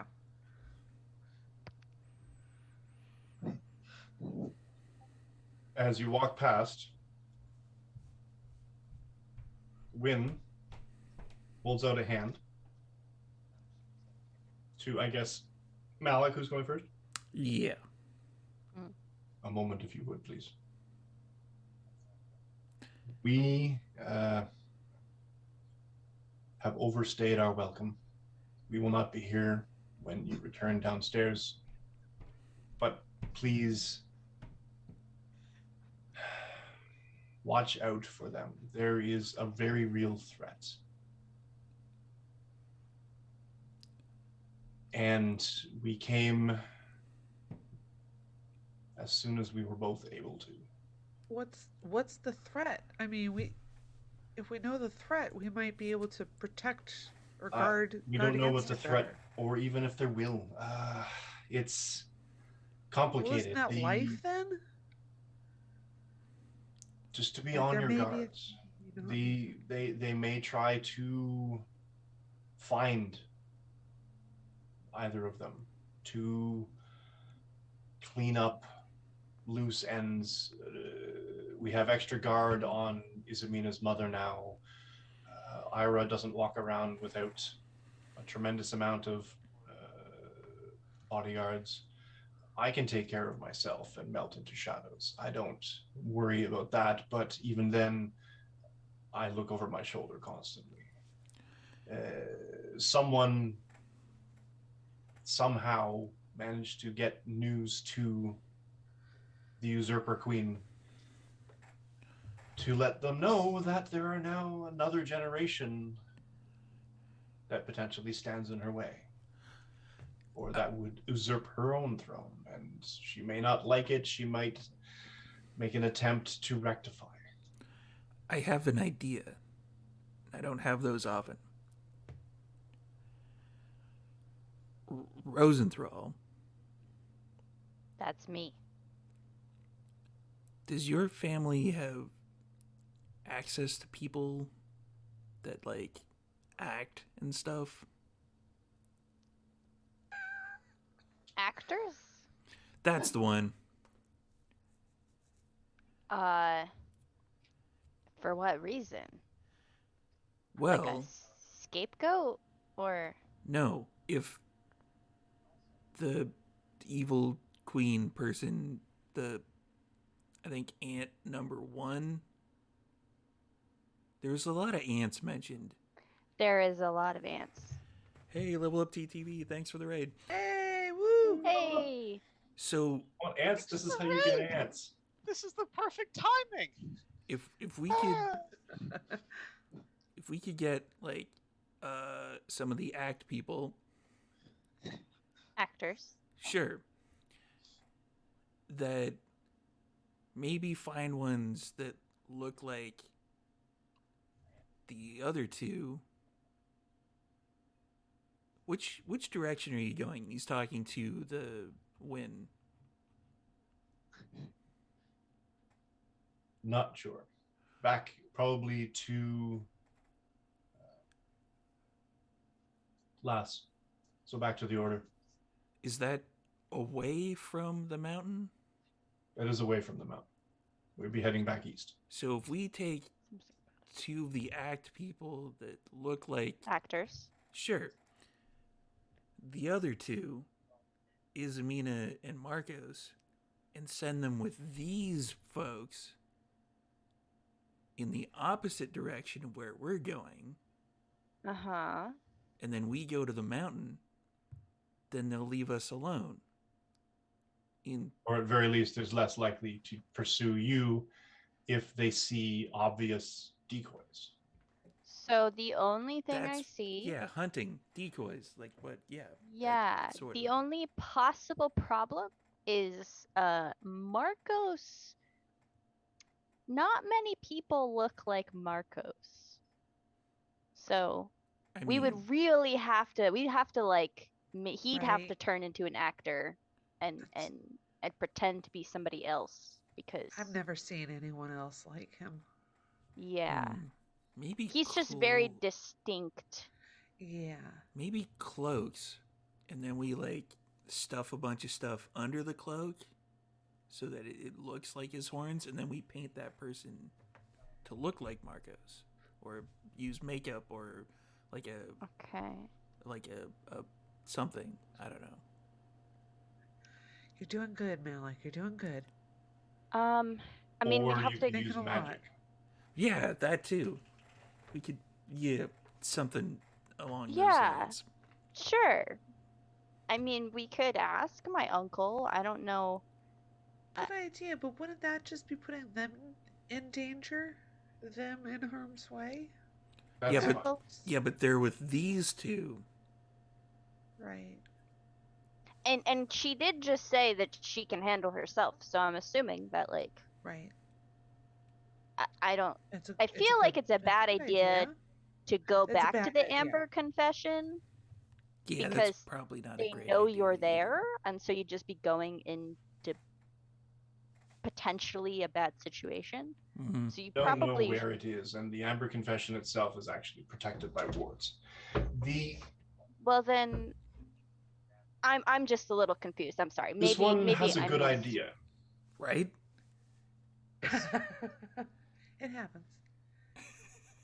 And we can use illusion with any luck to at least avert the gaze of anyone watching by disguising Izamina and Marcos as someone else,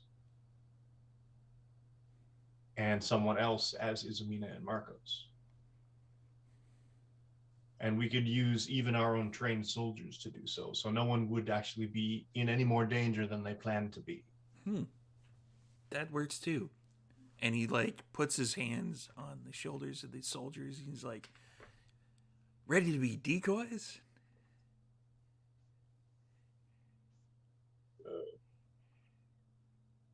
And they both almost simultaneously turn to Ira. Ira, again, staring at you, doesn't even look at either of them, nods. They both turn back to you. Yeah, yep, whatever we can do, sir. Good. How long do you think that would take? It won't take that long. I'm not good with the spell things. It wouldn't last forever, but it could be maintained.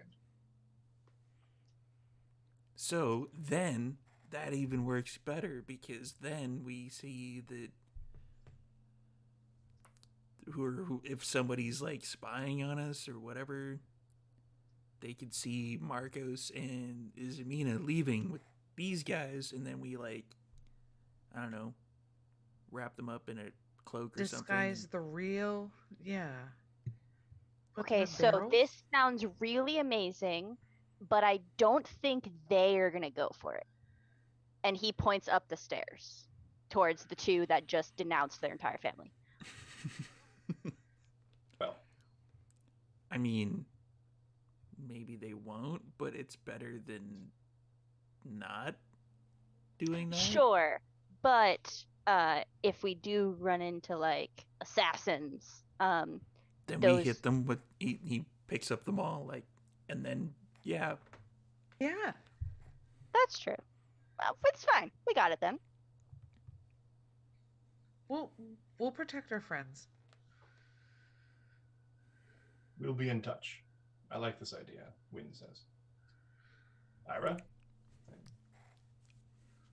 Ira looks at either one of the guards. Give them both our love.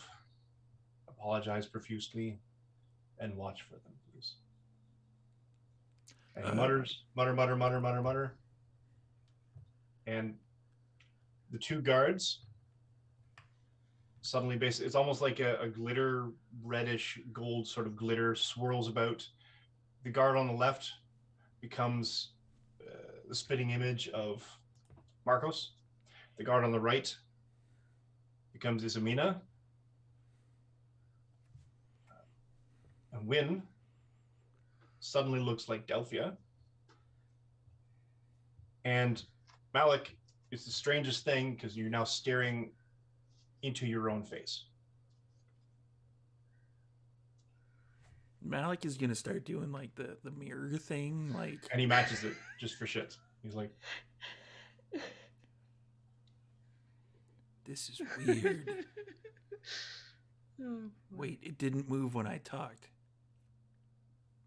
it's because it's not a perfect image. It talks back. This is. Do you guys know how to do this? And he's looking at Delphia and Rosenthal. Nope, that's a new one. I'm gonna write that down. No, I can only do nature There's a lot my son doesn't know about. based spell. Right.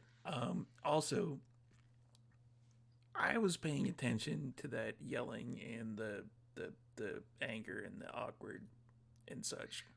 Yeah. I'm not sure if you were, but they said that we're like the people that help them and protect them. So yeah, we got that. Thank you. We'll be in touch. Right. And Malik raises his hand and waves it backwards. And Isamina and Marcos turn around, walk out the door. And Delphia turns. Hi. Thank you all. We will contact you. And walks out the door. And Malik turns, throws a realistic looking hammer over his shoulder. Hey, I got one of those. Nice. Yours isn't there. No, just kidding. Yoink. No. And sort of ducks a little bit to walk out through the doorway. Snakes lay eggs. Good. Yeah. Good fact. Lizard fact. Yeah. I'm not. And as we're walking up the stairs, Malik is saying, Oh, really? How many? I'm Oh, not. it depends. I'm Oh. not saying that their leader turned into me, but I'm just pointing it out. Do you want to be in charge? Because I do not want to be in charge. That was a lot, and you had a great idea. I don't know. Yeah, I don't really want to be in charge. Okay, I did like Zanelle's idea of there like not really being a leader, but like Right. I like the collective ideas. I mean, Yeah. that works. But not I'm in just not good at combat. making. Yeah, I just don't make the final decision. So I'm I'll just saying, suggest things. if there's a split decision that needs to be made in combat, then we should probably have a leader. Well, you have the biggest weapon, so both That's sides. fair. So Right. at this point, yeah, we're Come probably throughout getting. the way up the stairs, and you're sort of having this discussion amongst yourselves. Get to the room. Do we knock? I don't know. This is like. Wait, we I don't know, even is- know. Are they in the same room? Yeah. Marcos, they've been in the same room, so Oh, okay. This is like awkward. Like at least 14 books of awkward, whereas usually awkward's like a page. no, this is like a full on series of awkward. Yeah, this is like Rosenthal will just like rap with like on the door with his ring. Just like testing tap. out the sound. Tap tap tap. Come in. Deep breath. yeah, we got this. We can do And then this. we head inside As a team. as a team. As a team. Excellent. Perfect timing, as always, my friends. So that mountain, we should go investigate that asteroid, right? I agree. I had a plan. Great. About the meteor? Sort of. A little bit. Yeah. Oh, okay. See, we just sent your uncle and His dad, yeah, that too. That way, your person. kind of disguised as you guys, and then we're gonna go that way Right. They're gonna go that way. to the mountain. And that way, if there's any evil people that are trying to kill you, they'll go that way. Yeah. I mean, sure, whatevs. Evil people have tried to kill me and that hasn't worked so far. So I don't know, to be honest, what all this has been about. I heard nothing concrete, but that meteor sounds like something we should deal with. And she's just gonna completely gloss past what has happened. She's not interested in hashing it out. And Rosenthal is going to turn to Delphia and go, "Oh yeah, that thing that I said I was going to tell you." Yes. So Delphia wants yesterday, to ask so bad, but yeah. not yesterday, a few days ago, Yeah. when you weren't feeling well, we went shopping. By the way, and hands you like, I don't remember how much it was. It was like 200 platinum pieces or something. Holy Yeah, I think so. buckets. Yeah, I think it was 200 platinum pieces. This Her is eyes go like that's for you. Also, we went shopping, and when we were between shopping, we watched something fall out of the sky and crash into the mountains. oh. And then Malik and his dwarven uncle, Mm-hmm. and he kind of gives Delphia like a, look, told Malik to go get it. Yeah. For Okay. a weapon. A weapon? For a project. Okay. Yeah. He's a What blacksmith. mountain? Yeah. What mountain? How far away do we think it is? I have no depth perception, so I'm really not sure, but I'm gonna assume. Make me laugh. I'm trying to be angry. And he's gonna make a lot of motions, like with angles with his hands, and he's Oh, gonna go yeah. that way some distance. Yeah. Is he pointing in the right direction, Mike? Yeah. Okay, what direction would that be? I think it was west. I went Yeah. east. East. It was one of the two. West. Oh, so we're going back east? You're going west. If you're going towards the mountains and where the meteor struck, We're you're going west.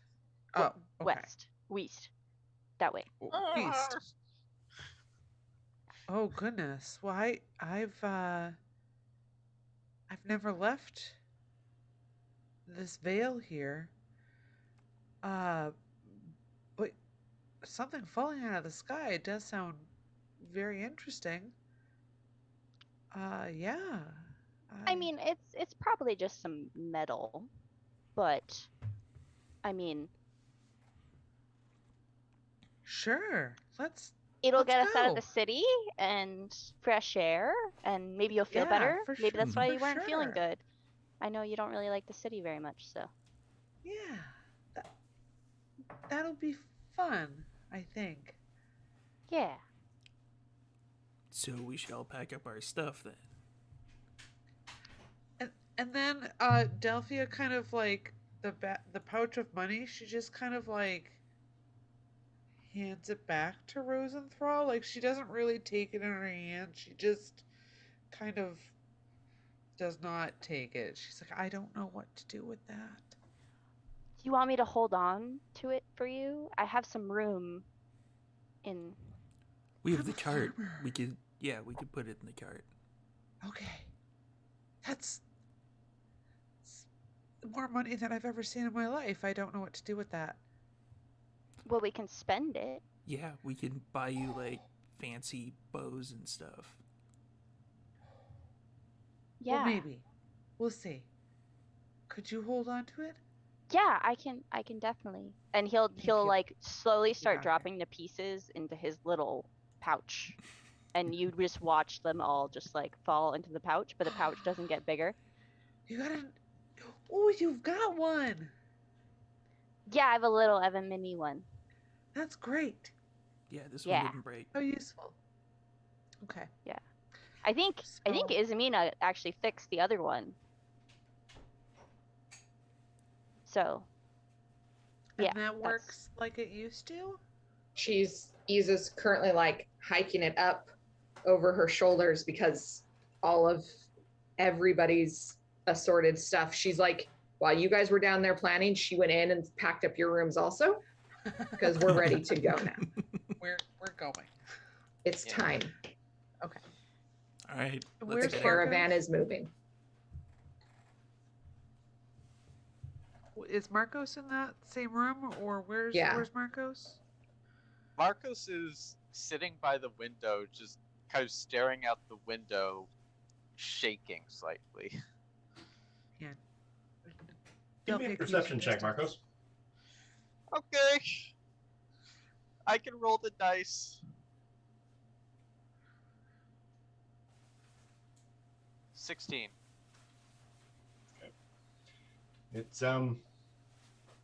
It's dark.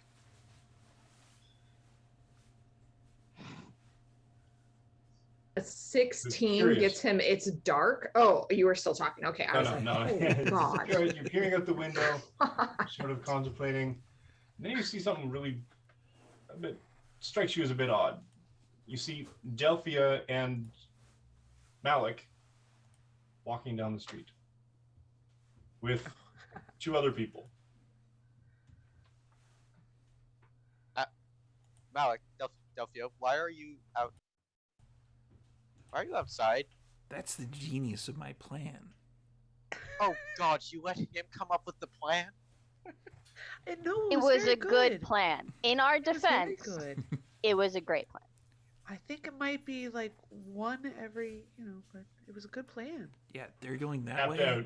and we're going that way. I imagine Malik doing that, but also like flexing his muscles, like slightly gun show whenever he points anywhere. We're going over there, Going that way. The and they're beach is going that over way. there. The beach is over there. I love it. I love it.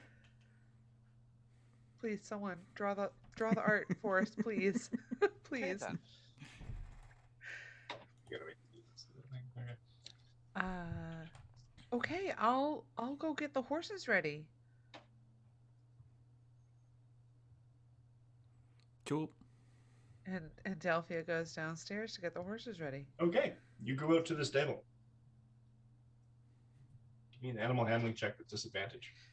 Ha ha ha ha ha. Oh dear. Disadvantage. Oh, I actually- yes. On account of the Oh, where okay. thinger. Hungry like the wolf. 11. The horses do not like being you grab you try to slip a bridle onto one of their faces, and they're pulling it away. They refuse to bite on the bit. Their eyes are rolling. They're stomping their feet and backing up as far as they can in the stalls. I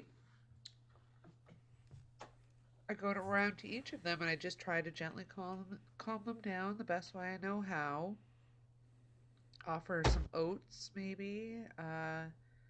Just really try to calm voice, and try to put a saddle on them or a blanket at least. No, they're just not having it.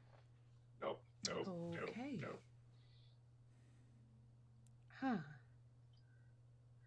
Can she at least touch one of them, or do they not even allow that? She just wants to make sure that they're not It's feeling flinching ill away. or It's sick. trying really hard because it's a limited stall, so you can't really go. It can't Right. get far, so it's backing away I don't from want you. it to hurt itself or to kick the stall. I don't want to have to pay for that. Well, okay. She waits outside, very, very perplexed, looking, very upset looking, and she waits outside the stable.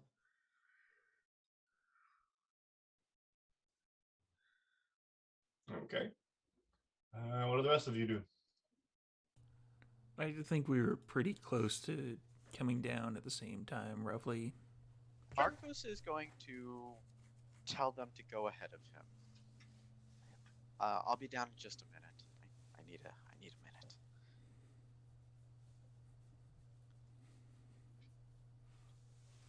All right. Me.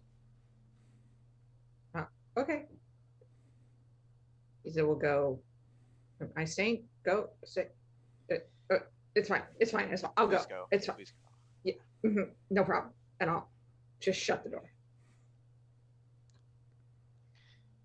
Once I'm sure I'm alone.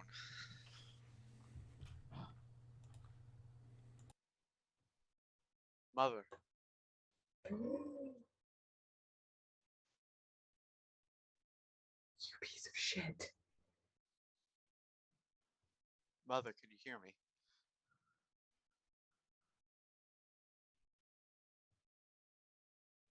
So what are you doing to evoke I am taking out my holy symbol of Vathras? and I'm laying it on the table. I am taking the dagger from my belt and I am stabbing it into the wood through the chain.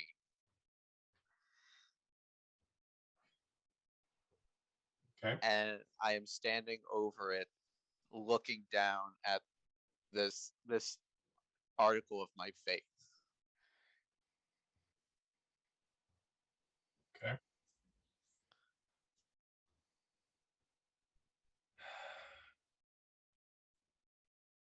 Give me a religion check.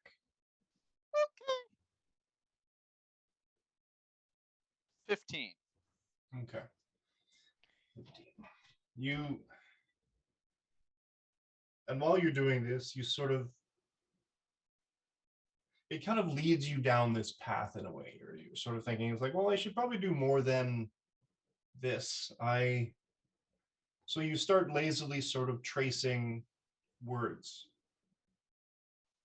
into onto the table sort of thing.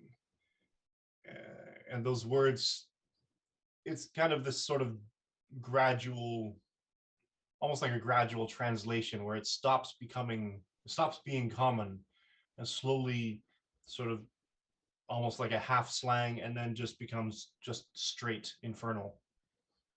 You keep tracing these sigils around into a circle.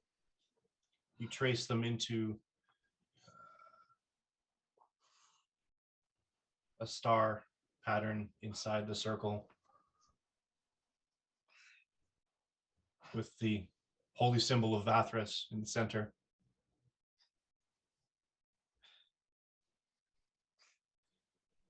And your eye, you can't see your eyes, never mind. The room itself it's almost like the lights go out, and the sigil that you carved or that you traced, which now that you're looking at it, kind of looks like blood. Yes. You don't remember cutting your finger though, but I mean, okay. And the rest of the room almost sort of collapses in with this impenetrable sort of almost a suffocating darkness. And you see your mother's face in the center of this shrine, for want of a better term. I know about the deal. And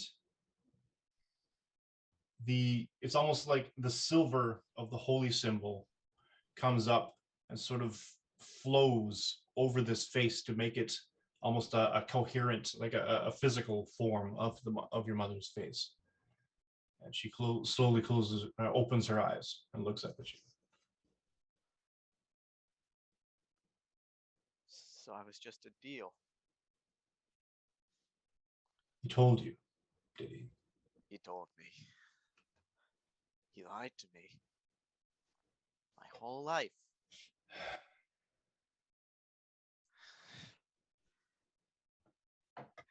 I have always held you as my light. Everything that he told you is true. You were a deal. Call it my favorite mistake of sorts. You've done so well. You've made me so very proud. Your fixation on vengeance, your anger. You made him suffer. Did he break the terms of the deal? Oh, no. No, no. He may be a many things, but your father is an honorable man. He made a deal with me to get himself and his sister and that shield maiden out of danger. So I brought them here. Danger's found them again, apparently. Yes. That's the thing about deals, is that I didn't make any effort to do anything more than the deal demanded. So I see no reason why I should continue upkeeping a particular deal. But you, my son, have become so strong that I know you will weather whatever is coming. And you will show them the power that you have inherited.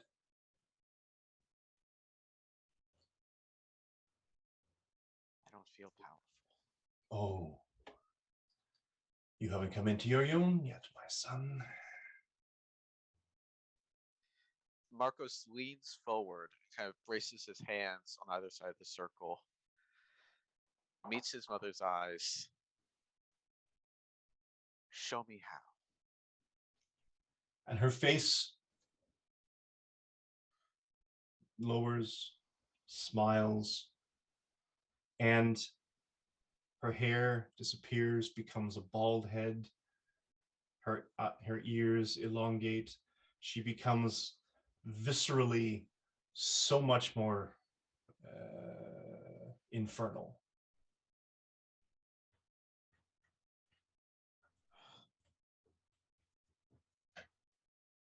And Who are you? she brings up one arm, her left arm, which has no hand. And yet nothing but a chain attached to it with a wicked flail attached to the end of it. Do I know what I'm looking at now with this? With How much demonology did you study in school? I mean, fiends and demons are kind of the enemies of paladins Give me generally. give me a religion check. Okay. 12. You look significant. It's not a common demon or devil, that's for sure. Nothing lowercase or anything. Who are you? Your mother, and that's all you need to know. That's not enough anymore. I've been lied to my whole life. I have What never is lied your to you. name?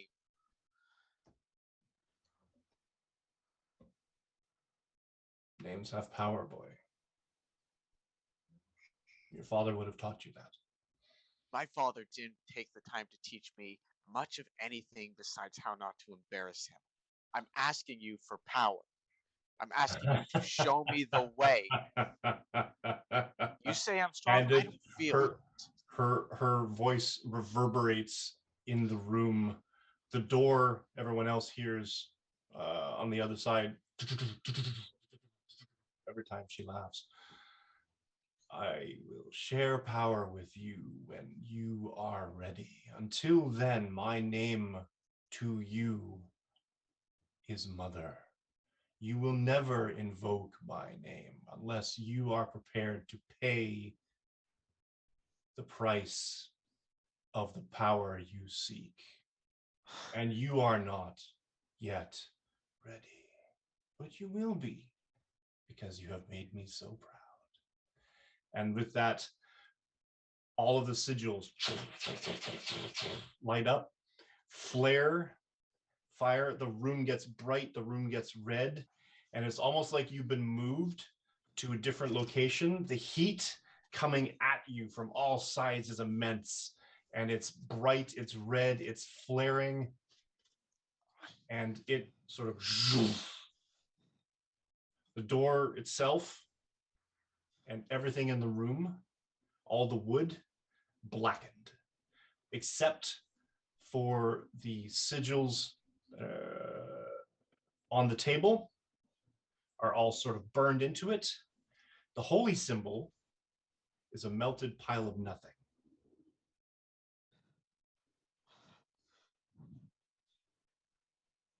Marcos just stares at it for a second, starts breathing heavier, and then just throws his head back and full thaumaturgy just screams. That's what everyone else hears after the. You just hear a scream of rage and pain and hate. Malik is beating feet up the stairs. Yeah, I knew we shouldn't have left him alone. Iza's just gonna try and stop Malik at the door. He's And- going through the door. I mean, if you want to stop him, you can make a contested strength check. That won't go very well. No, that's fine. So what does Malik do? Malik is like mauling Bam! the door open. Yeah. Yeah, the room itself, I'll pay for that. the sheets are sort of singed and smoky, little tendrils of smoke. There's sort of in the table in front of Marcos, who's kneeling on the floor. There is a pool of melted silver something. So yeah, Malik probably wouldn't And have paid too much attention to what his burned holy symbol sigils looked of like. some kind in the table and all around the room, very almost sort of all work and no play makes Jack a dull boy sort of thing. Just all the sigils all over the room, blackened, burned into the wood. I don't think we're gonna get our deposit back for this room. We didn't pay for this room. Oh yeah, Doctor's family was taking care of it. yeah. I'm gonna walk over to Marcos. Marcos looks like he's steaming. Like That's fine. Like- I'm a red just dragon. out of a really crazily hot bath where you basically just let the atmosphere, and he's just sort of like just tendrils of wisp of steam. I'm a red dragonborn. It's fine. Yeah, that's fair. I'll put my hand on his shoulder. You It's a bit okay? warm.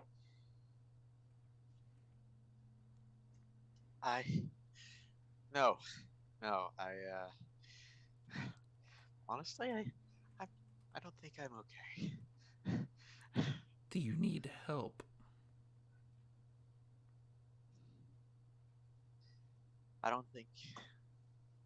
I think the only person who can help me is myself. Thank you, though. Thank you. Well, we do have your back. You realize that, right? Yeah, I know. I appreciate that. Thank you. Just kind of awkwardly reaches up, pats Malik's hand. I'll be okay. Everything's going to be fine. We should probably go. Yeah. Rosenthal is like looking from like the other side of Izamina. He's not crossing the threshold. She scares him. And does he recognize any of the sigils? Do you speak Infernal? No, I do not. No, you do not. Actually, that's an interesting point. Apparently, I was consciously writing these sigils. Can I read what I wrote? Because I do read Infernal. Give me an intelligence check.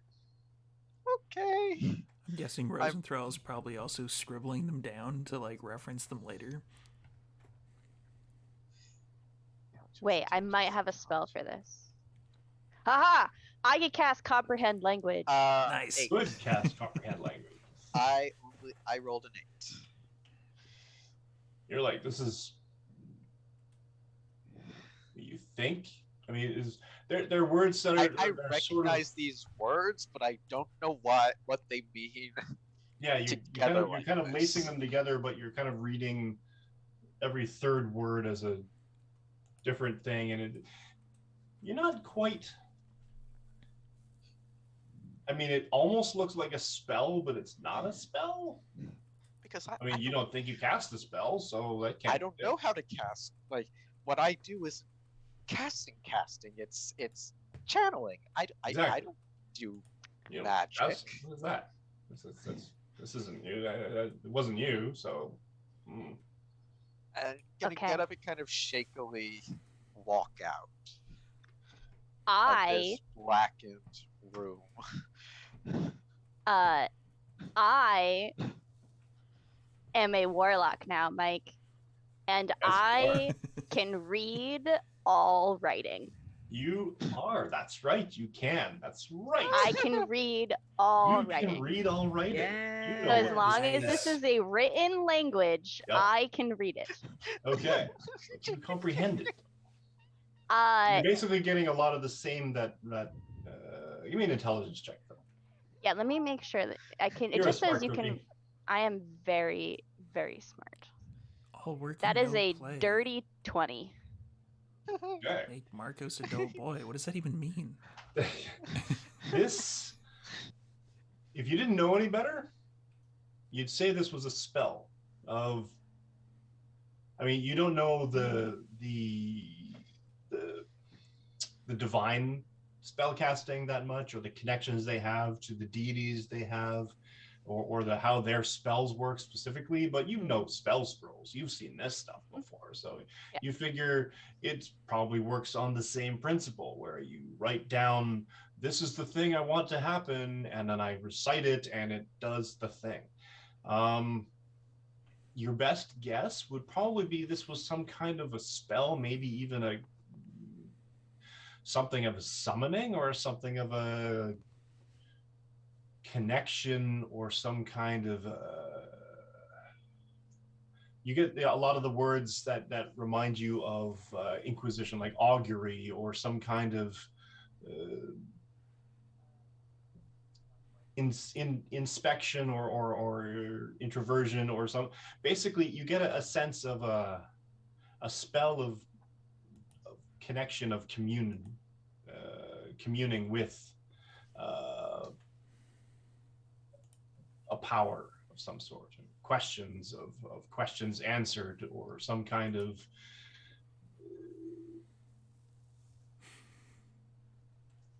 magical bond develop. It's vague because it's not quite in your wheelhouse. It's not a direct, lobbing of a glob of acid at something. So it's vague, and it's that divine magic that makes it vague. But you definitely get the sense that something communication and something about summoning. Do I get the impression that I could cast the spell? Oh no. Like if I wrote Oh, this no. down, and do I get the impression that I could cast the spell? You're not sure.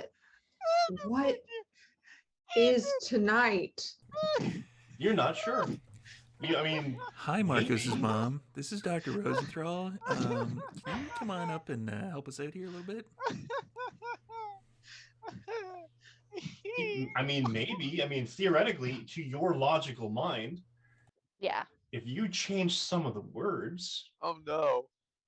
maybe you could talk to the Bramble Queen.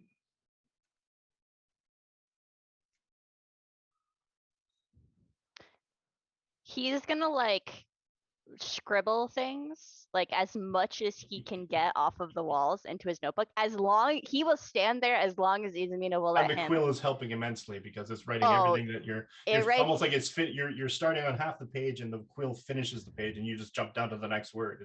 You're going twice as fast. It's amazing. And he will stand there I and hear he will that. get as much as he can for as long as he can before Izmina's like, let's go. Isabena's like, what are you doing? And I'm Actually, getting the impression she's probably gonna push him away very quickly.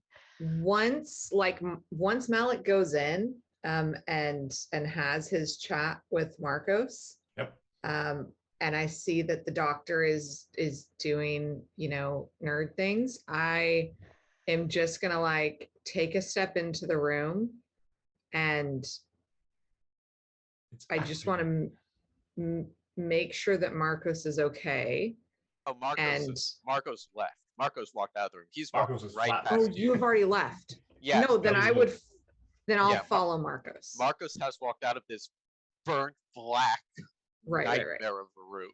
A lot of Right. smell of brimstone in the room too, which is sort of Yeah. No, that's fine.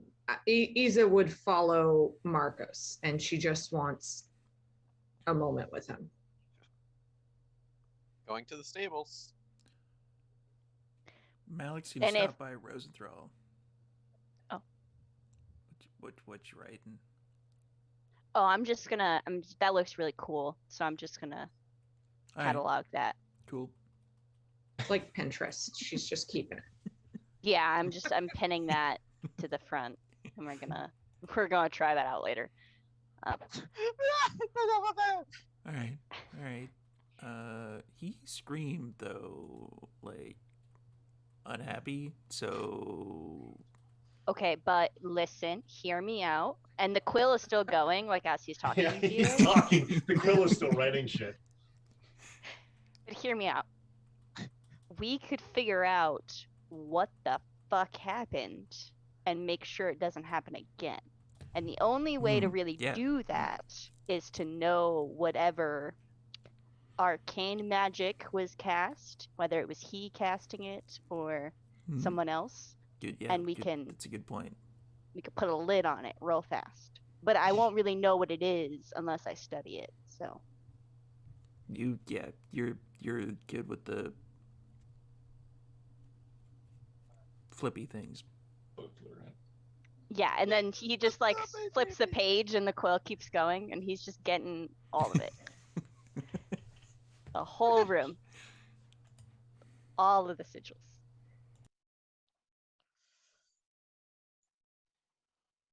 So Delphia's she remained out by the stable, and the first one out of the building is Marcos. Yep. Still sort of singeing, and she's kind of like,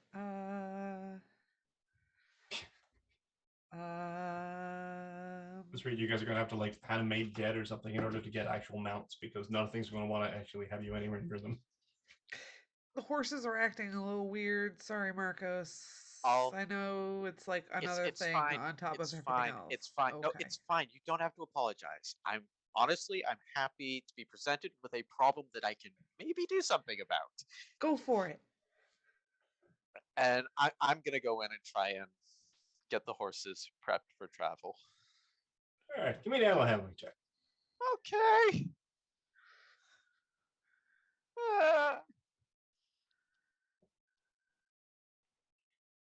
Two. Nice. I am not Is- in the right headspace. Is for this about the time that Isa catches up with Marcos? Oh, How about boy. that? Yep. Isa will will hand Delphia her bag and just say, can you just give us a minute? Oh yeah, yeah, absolutely. And she's going to follow Marcos into the barn, cast calm emotions at the horses because I don't even want to deal with that right now. There it is. And she's just going to walk directly up to Marcos, and without the awkwardness that has existed before, she's going to slightly pull back his like the chest plate and reveal the little embroidery that she had done on his armor padding. Yep. of the giant, where the armor padding had been dented when he was knocked unconscious. And she's going to say, I know family doesn't mean much to you right now, and it certainly doesn't mean very much to me. But you're it. And we're in this together, right? Yeah. Yeah, we are. And she's going to hold out her hand. I And think she's Marcos takes gonna her hand. take a dagger and cut the palm of her hand and cut the palm of his hand and push them together. And she's casting a spell. Oh, Bell. okay. Make the magic.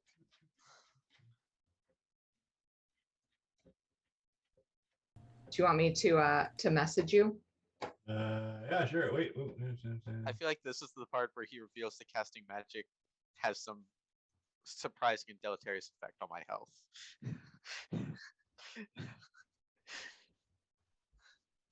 Oh God.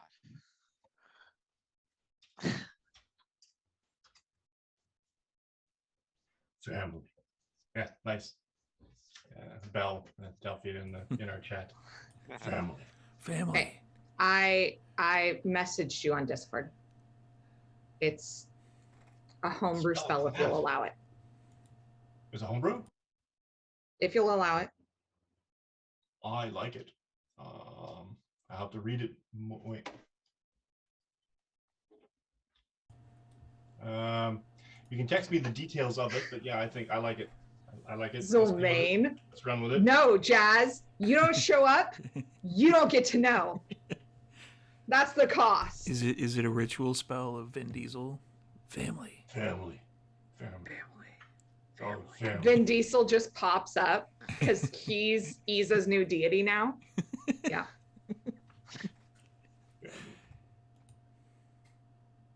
Yep, I like it. I like it. We'll have to work out the Okay. details, but sure. Okay. Okay. We're running with it. I have a spell And- being cast on me. I am very, very intrigued. Now that the horses are calm, she's going to take the leads of a couple and bring them out, grab Bridle them up, her bring them out. pack, Prepare the and wagon. be ready to Interestingly, go. because calm emotions lasts for a bit.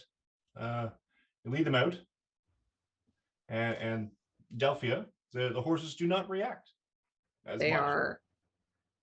They're very Oh. chill. Huh. It's like they're stoned. Yeah. That's how I Shade, envision calm emotions. I'm like, use yeah, the you just ate a grills. gummy. Okay. Good job. I'm sure it's fine. I'm sure it's fine.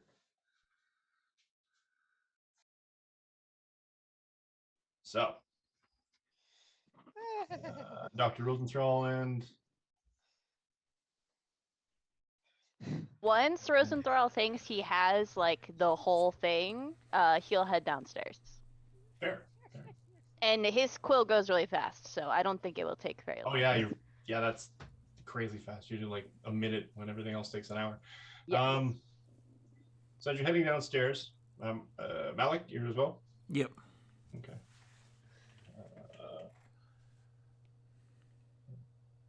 On my way out, I'll just like pop the door to the kitchen or whatever, wherever the bartender was, if Yeah. they're not out, and just like, we're leaving.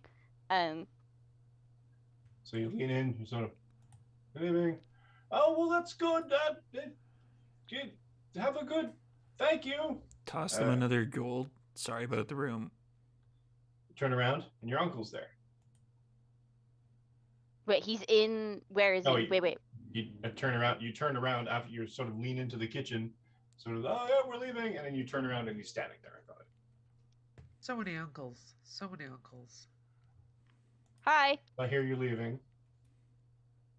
Yeah, there was Oh, I this heard thing that fell out of the sky, and we just want to go investigate.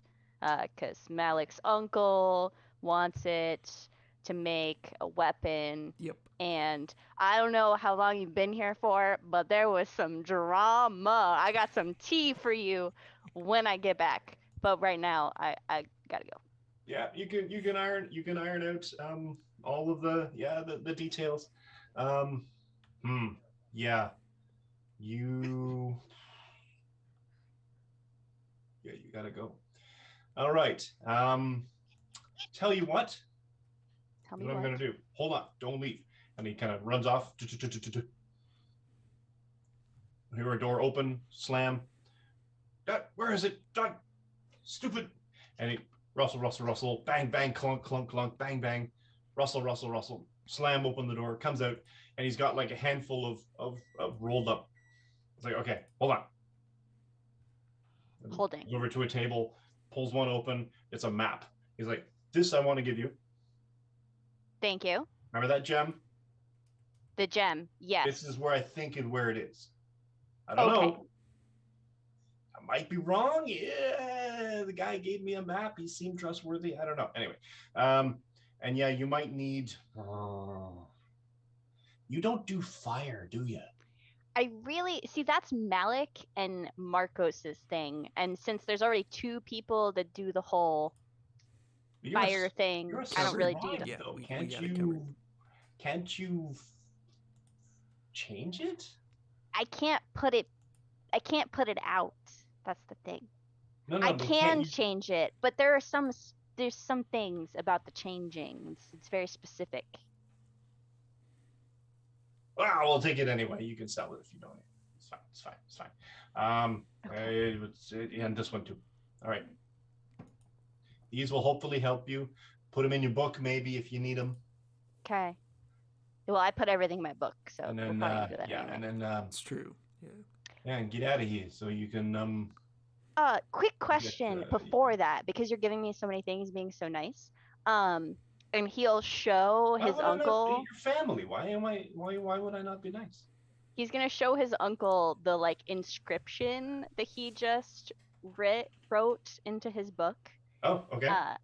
And just ask like, do you know what this is by any like I have a vibe, but I'm just curious if you also get this vibe.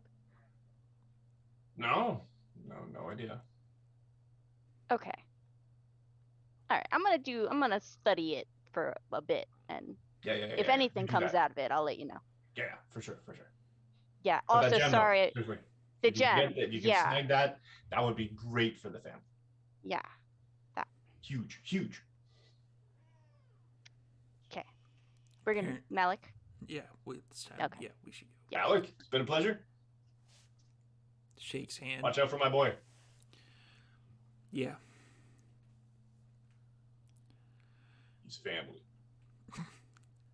Apparently, we ended up in the Jersey section of Greyhawk there for a while. Get out of here. Use guys, get out of here. The two Utes. Side by, yeah, okay. Did you say the two Utes? No. So with that, you walk out. Head to the horses, I guess, or the stables, where everyone else is waiting. As Ismina and Marcos are walking out of the stables now with the horses. And you mount up and start heading west. West. West. And this is probably a very good place to actually end it, because all of our East Coast people, the East, not the West people, the East people, are up way past their bedtimes. That way. Not that way. Exactly. Your other East. Yeah. So thank you one and all for toughing your way through this emotionally charged episode of revelations and crazy plot twists. I have been planning this from the entire beginning, so I'm very proud that it had exactly the effect I was hoping for. But my players are still going to surprise me with all kinds of different changes, and that's fine, because that's how the game goes. So, but speaking of the players, and my camera seems to be like constantly not blurred. Anyway, let's go in mostly reverse order to give a little outro for everyone, just to let everybody know who's who and where they are and where you can find them, and then go from there. So let's start with Jacqueline. Hi, I'm Jacqueline, she, her, and I played Dr. Rosenthal, he, him, our human wizard warlock who got to use one of his warlock abilities, and I'm so excited. That was like such a great way to use it too. And I cannot wait for him to just be studying all of these things the whole way. It's gonna be great. So now I have to write out this Caco Demon spell. No, sorry, what? Yeah, you'll have to actually make the spell work for him, because he's gonna cast that shit. We all know it. I know. You can find my link tree in the chat. I'm on Twitter and TikTok and Twitch and all the good stuff. And you'll find me Friday nights as well here on the same channel with Belle, playing in an Icewind Dale homebrew campaign DM'd by Lodame. Super exciting. Starts 5:30 p.m. PST, where I will be playing a gnome druid of the stars with some cool twists. So that'll be super exciting. Cool. And Zev. Hey everyone, I'm Zev. I play Marcos Losail, the tiefling paladin of vengeance? I don't know. Everything he kind of got dumped on his head right now today. You can find me on YouTube at Bukari Gaming and on Twitter at Bukari Gaming 30K, because I got a new phone, which locked me out of my old Twitter account, which was a whole thing. That was a weird thing. But I'm back. I live. And I know I've said I have things coming in the past, and I've lied. I am not lying this time. Next month, stuff is coming. And we're waiting with bated breath. Sarah. Hi, everybody. I have been Sarah Izamina Lascelle. To start the game, an Order Cleric. I don't know what she is right now. It doesn't feel like an Order Cleric. We'll see, I guess, how things go. Thank you hugely to Mike. These last couple of games have been a highlight of my role-playing experience. So thank you so much. You can find my link tree in the bio. We're all trying to simplify. Please follow me. And if you could, for super vague reasons that I cannot go into right now, could you just send me your best D&D energy for things, I really need it. Thanks. Oh God. Oh no. And Belle. Hi, I'm Belshare. I've played Delphia tonight, the Asimar Ranger Rogue. You can find me every Tuesday here. And Friday. This Friday is our first episode of the Icewind Dale campaign that we're just starting. So, perfect place to jump on in. Come and see us. We've got a giveaway going on this Friday too. And on Friday I'll be playing Laurel, my druid, uh, souped up druid of the moon. Yeah, and you can find me everywhere at Belshare. My link tree in the chat. Cool. And Zanelle, if we can link her stuff in there as well. Was not able to make it tonight. Jazz. Jazz. Sorry, yeah, Zanelle's gone. Ooh. Jazz and insert the character's name on name. But All of the, oh my gosh. dearly all of this missed. would have been good with her. Hopefully back next week. And then we can, oh yeah, I gotta figure out how to, okay, never mind. All right, no, I got this. It's fine. Everything will be great. And Steve. That's me. I am Steve. I was playing Malik Greybeard, the Dragonborn Barbarian. Ordinarily, I am the storyteller around these parts. On Saturdays, we have the vampire stuff coming back on Saturday, which will be at 3 p.m. PST on Saturday. But after that, we've got the Sunday game, which is run by Sarah. And then we've got the Tuesday game back here, and we have this Friday starting the Icewind Dale campaign by Lodane, which is going to be awesome. Everybody should show up for the first one because we have giveaway. And yeah, that's pretty much it. We've got and Changeling isn't this week. It should be next week. Wait, it's not this week. Possibly not next week either. Maybe the week after. Right. It's coming back at some point. Wednesdays, 3 p.m. Somewhere in there. 3:30 p.m. PST. Something like that. Something like that. Some. All good. And I was your humble and thankful Amazing. dungeon master. It's always been a pleasure. It has been to meet these people and run them through the twisted, dark alleys of my mind. And they're adapting so well. You can catch my, link tree and all of my stuff at CDN Cap America, Canadian Captain America, for the cosplay, for the D&D on Tuesdays, for the D&D on Sundays with DM Sarah, which would be down, that way. You can catch Storyteller Steve and me on Saturdays in the Vampire Takeover. You can catch me guesting in the Changeling game for a couple more episodes, I think, until we get them out of the thing that they're in, that I ended up trapping them in. My mistake. Beyond that, yeah, you can catch us here next week to find out more about where we're going and what's going on and all the other craziness. So, but now they have a direction, and I didn't even railroad them. So that's cool. Yeah, it's Anyway. Weast. Yeah, you're going west. Ish. Thereabouts. North by northeast. Something like Yeah. that, yeah. Anyway, who are we raiding into? This week, we are going to be raiding into the Games Tavern. They're playing The Mists, episode 16, and they called this one, part of the reason why I chose them to raid, because they're awesome people, and their episode is called Get to the Dragon. Get to the dragon. They're wonderful people. They had me on their DM show in the summer. They're fantastic. I love those. Yeah, guys. Good. If they need anybody else, let me know. And I might know somebody.